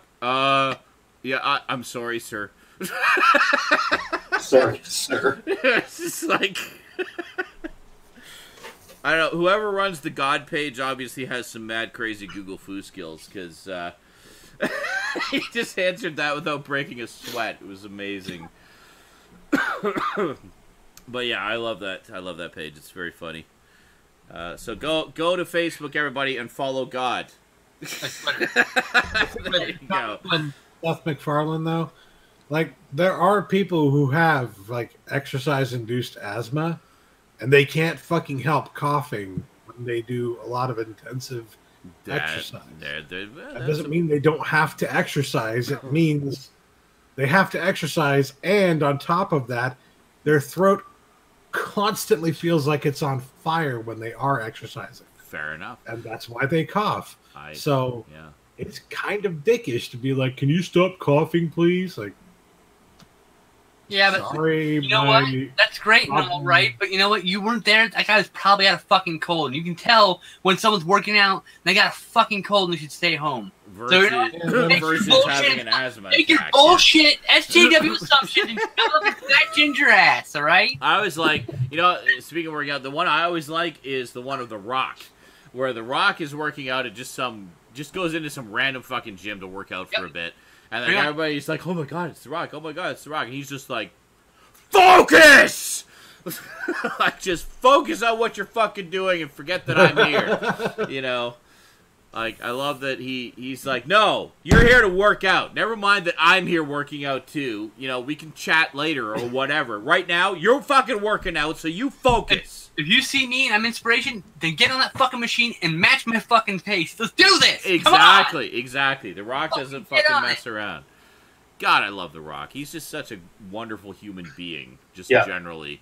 Please, let there be nothing evil about him. Please. I really don't think there is, honestly. God, anybody, just please let him be a good person. I really don't think there's anything evil about him. I don't think so. I don't think he's got an evil bone in his body. He is like a genuinely good human being who uses his fame. Yeah, and everyone said that about Cosby for 40 fucking years, okay? And then we found out he's the most prolific rapist in history. Who? Bill Cosby. Oh, yeah. Oh, God. I was going to say, I mean, like, you know, for our generation, he was so wholesome. He was America's dad. I know. I fucking grew up listening to his comedy. Like, oh, my God, this guy's amazing. And what he is, he's an amazing comedian. But he's also a horrific rapist. He is so tainted for me now. Like, I don't know if I can ever listen to any of his material again. I know. I can't watch that movie where he's a ghost, which was really funny, and I really wanted to cover on a podcast, but I can never watch it again. Ghost Dad. Or Leonard Part 6. I love Ghost Dad. Leonard Part 6, yeah, it's so gloriously awful. Like, I got that DVD 4-pack specifically for Leonard Part 6. And now you can never watch it without thinking I can't! It's like, God damn it, Bill Cosby, why did you have to turn out to be evil? You're like, you can separate the art from the artist, but when you're watching or listening to anything you know, it's like, realize he's raping people at night! You remember, he did a movie with Elliot Gould with Disney back in the early 80s called The Devil and Max Devlin, where he played the devil. And I was like, holy fucking shit, he actually is the devil. He really is.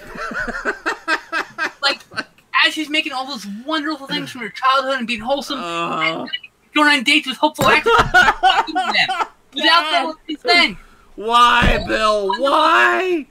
It's a horrible thought, but I'm saying, like, that's why I said, please, if there's a Jesus God or anybody, please make The Rock be a good person. No, The Rock is a fucking saint. The Rock will have, like, the goldenest halo when he goes through the gates of heaven. Holy shit. You better have the biggest goddamn son of wings ever. Well, apparently Neil deGrasse Tyson is now the latest one with accusations against him. So. Mike Tyson? What? Wait. No, Neil deGrasse Tyson. What? Neil deGrasse Tyson? What? Yep. Hold on. I saw it in the news a couple days ago. I don't know if it. Yeah. Oh, was it left wing or right wing news? Was it Fox News? No. I think it actually came from. Yeah, he did. Apparently, any claim. So his response was, in any claim, evidence matters. Evidence always matters. What happens when it's just one person running another, and stories don't agree? That's when people tend to pass judgment on who is more credible than whom, and that's when an impartial investigation can serve the truth, and would have my full cooperation to do so. Oh, so he's saying, okay, you're making these allegations against me, then let's do an investigation. Is what he said. Let's go for it. He's agreeing to. So, whatever. Well, so. Yeah, so let's, like, just innocent until proven guilty. I mean, if he's fully cooperating and, like, convinced of his own innocence, then... I don't think anyone's really 100% clean. I mean, that generally does not sound like a guilty man to me. I mean... Most people have done something that they regret. Obviously, we're only human. I mean, everybody... Oh, my God. Everybody has done some stupid shit in their past. No. I mean... I don't mean something like, oh, I should have done this. I mean, like, something like, wow, that was incredibly illegal, wrong, awful, terrible, something I would never, ever do again. I can't believe I did it. Something like that. A lot of people have that in their closet. They've done something fucking stupid. Yeah. Okay? I'm just saying, like, so, But the thing is, like, should someone be condemned for that one stupid mistake they made? You know? If it's one mistake and it was 40 years ago, why should you? You're obviously not that person anymore. No. Yeah, I agree.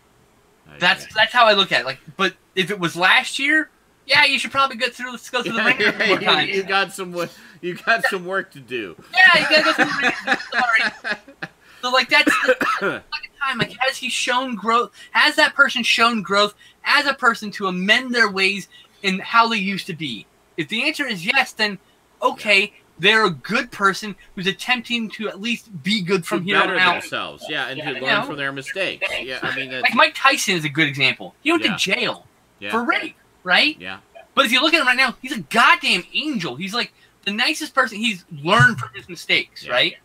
So like that's like an example. You know, for sure. You can't do terrible things, but Bill Cosby can never come back because he raped people for 50 fucking years. All right. Yeah. There's no coming back from 50 years of rape. No. So the thing about Bill Cosby, whenever I think about him now, all I can think about is how he did the fucking Kids Say the Darndest Things show. Bill Cosby, rightly pointed out, was a prolific rapist in American history, in modern history. Yeah. Was the guy who we were perfectly fine with putting up, like, right next to little children, innocent little children. Well, okay, to be fair, we love that shit. We ate that shit up. America ate that shit up. Hold on. To be fair, he wasn't a pedophile rapist. He was just a regular rapist. But it's so creepy when you think about it now. Doesn't make it any better. He was a pedophile. But let's not make it worse than it is.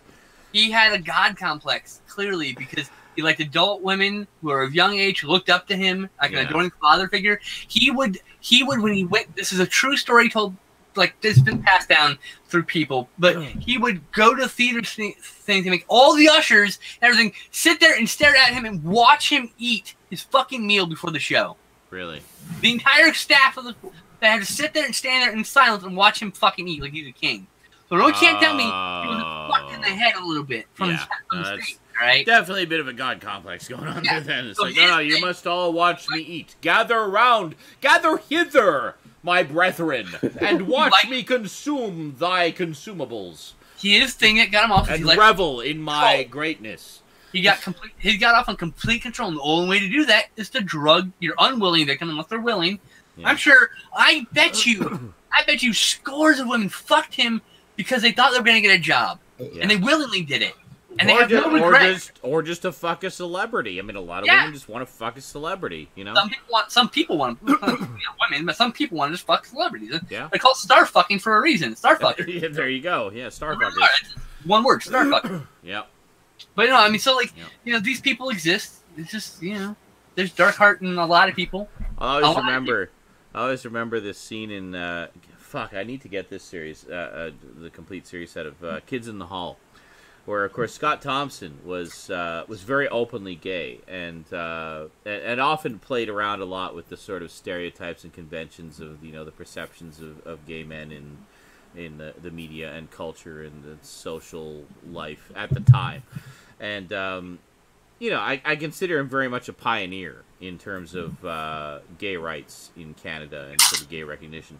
So I remember there was this one particular scene in Kids in the Hall where he's backstage and this guy comes up to him and he's like, "Hey, a big fan of your work." And, "Oh, cool," and then he and I think you're like really hot. He's like, "Oh, okay." And he's kind of good looking guy, and he like gives him like this big like passionate deep kiss, and he's like, "Wow."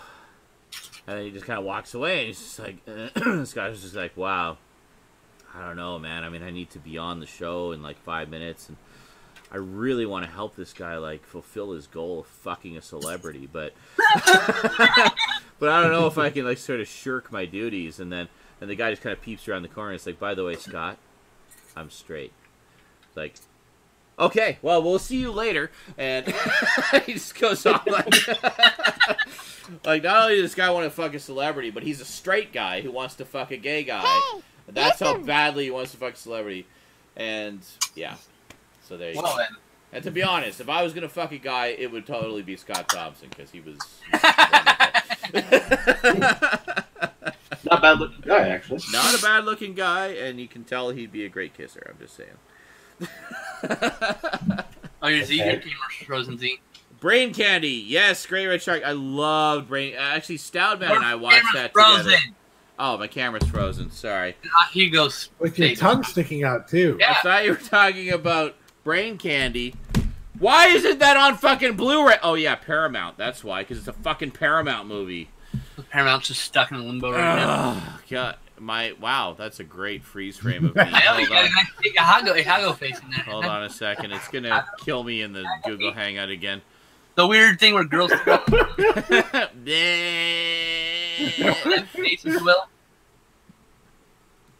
on. Come on.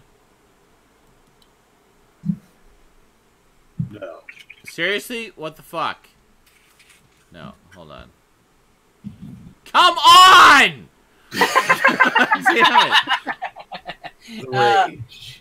It's just not functioning. Like, seriously. Get out of there. Hold on. Unplug.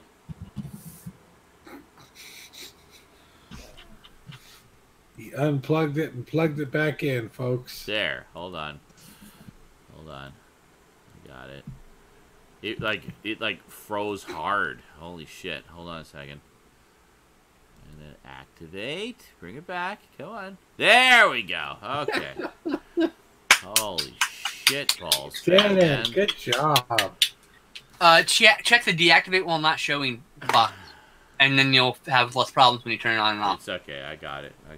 You know. So what was Duncan saying here? I decided a long time ago to keep away from anything that might fire back on me should someone decide they've had a bad day and want to create a rumor. I could completely prove I had nothing to do with it if I do. People ask me, why don't you use the fridge at work? I respond, because I can't be blamed for what happens in the fridge.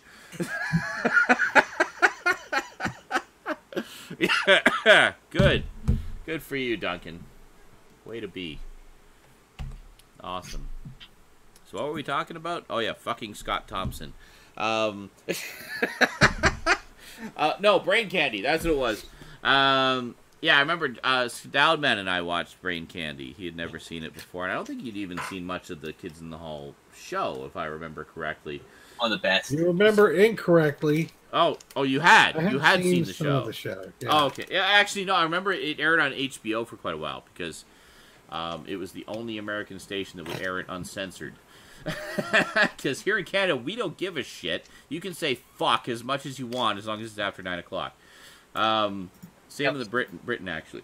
In the Britain. That's what they call it. It's what they call a watershed. The watershed is after 9 p.m. Yeah. In the Britain, here I come. There was actually a Top Gear special that played a joke on that. Oh, yeah? Where they were doing and Jeremy had just ruined something that James was working on, and James was just looking at him. He's like, "What time is this program airing?" He's like, "Is it after 9 o'clock? Are we beyond the watershed?" He's like, "You're a and then it cuts right to the next scene. That's great. There was. But I was gonna say, I remember that actually surprising me when I was a kid. Is I guess I'd stayed up late once, and I remember what it was. It was a TV broadcast of Lethal Weapon 2. Oh, okay. And they've been doing the usual, either muting the audio or substituting the swears and that earlier on in the program. Yeah. But I guess because it's banned with the watershed. Oh, all of a sudden there's past 9 p.m. Yeah, so something is to see with Mel Gibson. It's like I'm going to give you until the fucking count of 3 or whatever the line was, and I was like, "But this was on TV! Oh my god!" I remember I've been rewatching.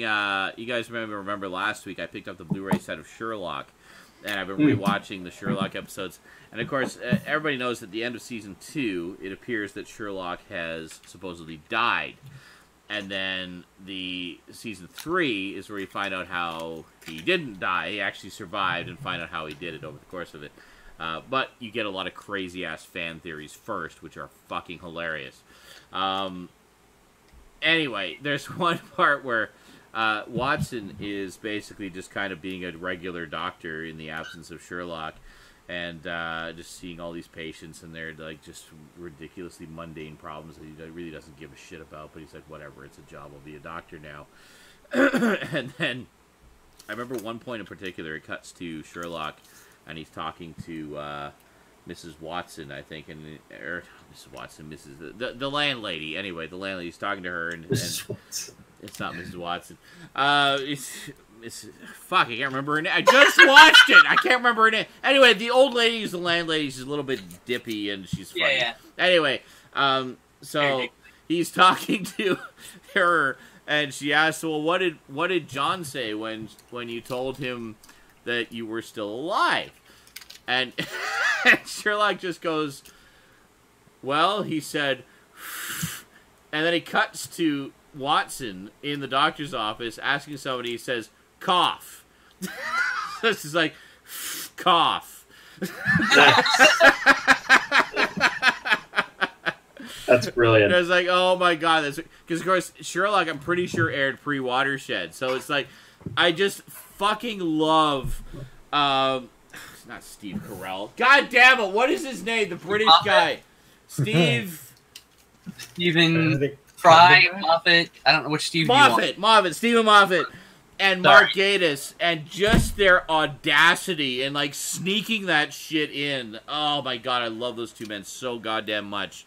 And there's so many examples of that in Sherlock. It's ridiculous. Like how they just like sneak this shit in, and it's like, oh my god, how did they get away with that? I'm sure this did not air past 9 p.m. But love that show so much. Martin Freeman, Benedict Cumberbatch. What a goddamn amazing pairing of actors. Holy shit. Why is it called The Watershed? I don't know, honestly. I just know that that's the term for it, but I don't know what the origin of that term is. It just means after 9 you can swear your fucking head off. In the same way that in the same way that a watershed refers to the crest dividing two drainage basins, a broadcasting watershed generally serves as a dividing line and schedule between family-oriented programs and programs aimed or suitable for a more adult audience. Oh, well, there you go.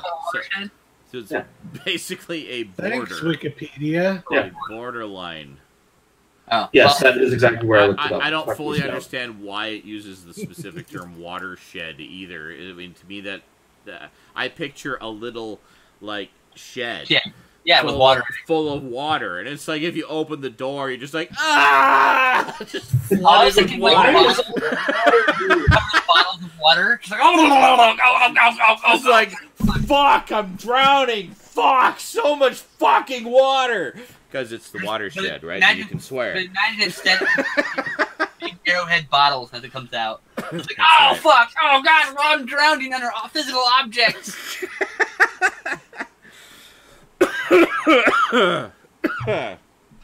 So, yeah.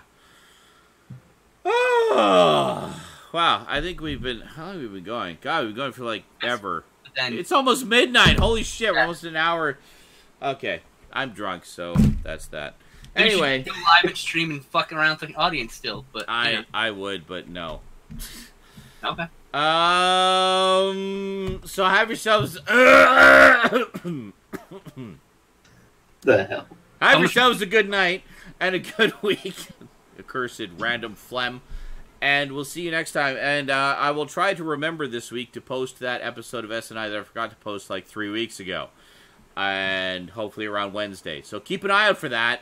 It's going to be awesome. It was a great episode. You don't know what you're missing. Like, JL, I give you permission to bother him on Thursday if he hasn't posted it. I guess you could just look on Twitch, because I'm pretty sure it's still there, because that's where we're going to be exporting it from. But whatever. Anyway, Wednesday. All right. So have yourselves a great night. Have yourselves a great week. Thanks for coming out. Thanks for joining us for our madness. And we'll see you next time. Until then, thanks for watching. Thanks for chatting. And sayonara. Penis. Yep.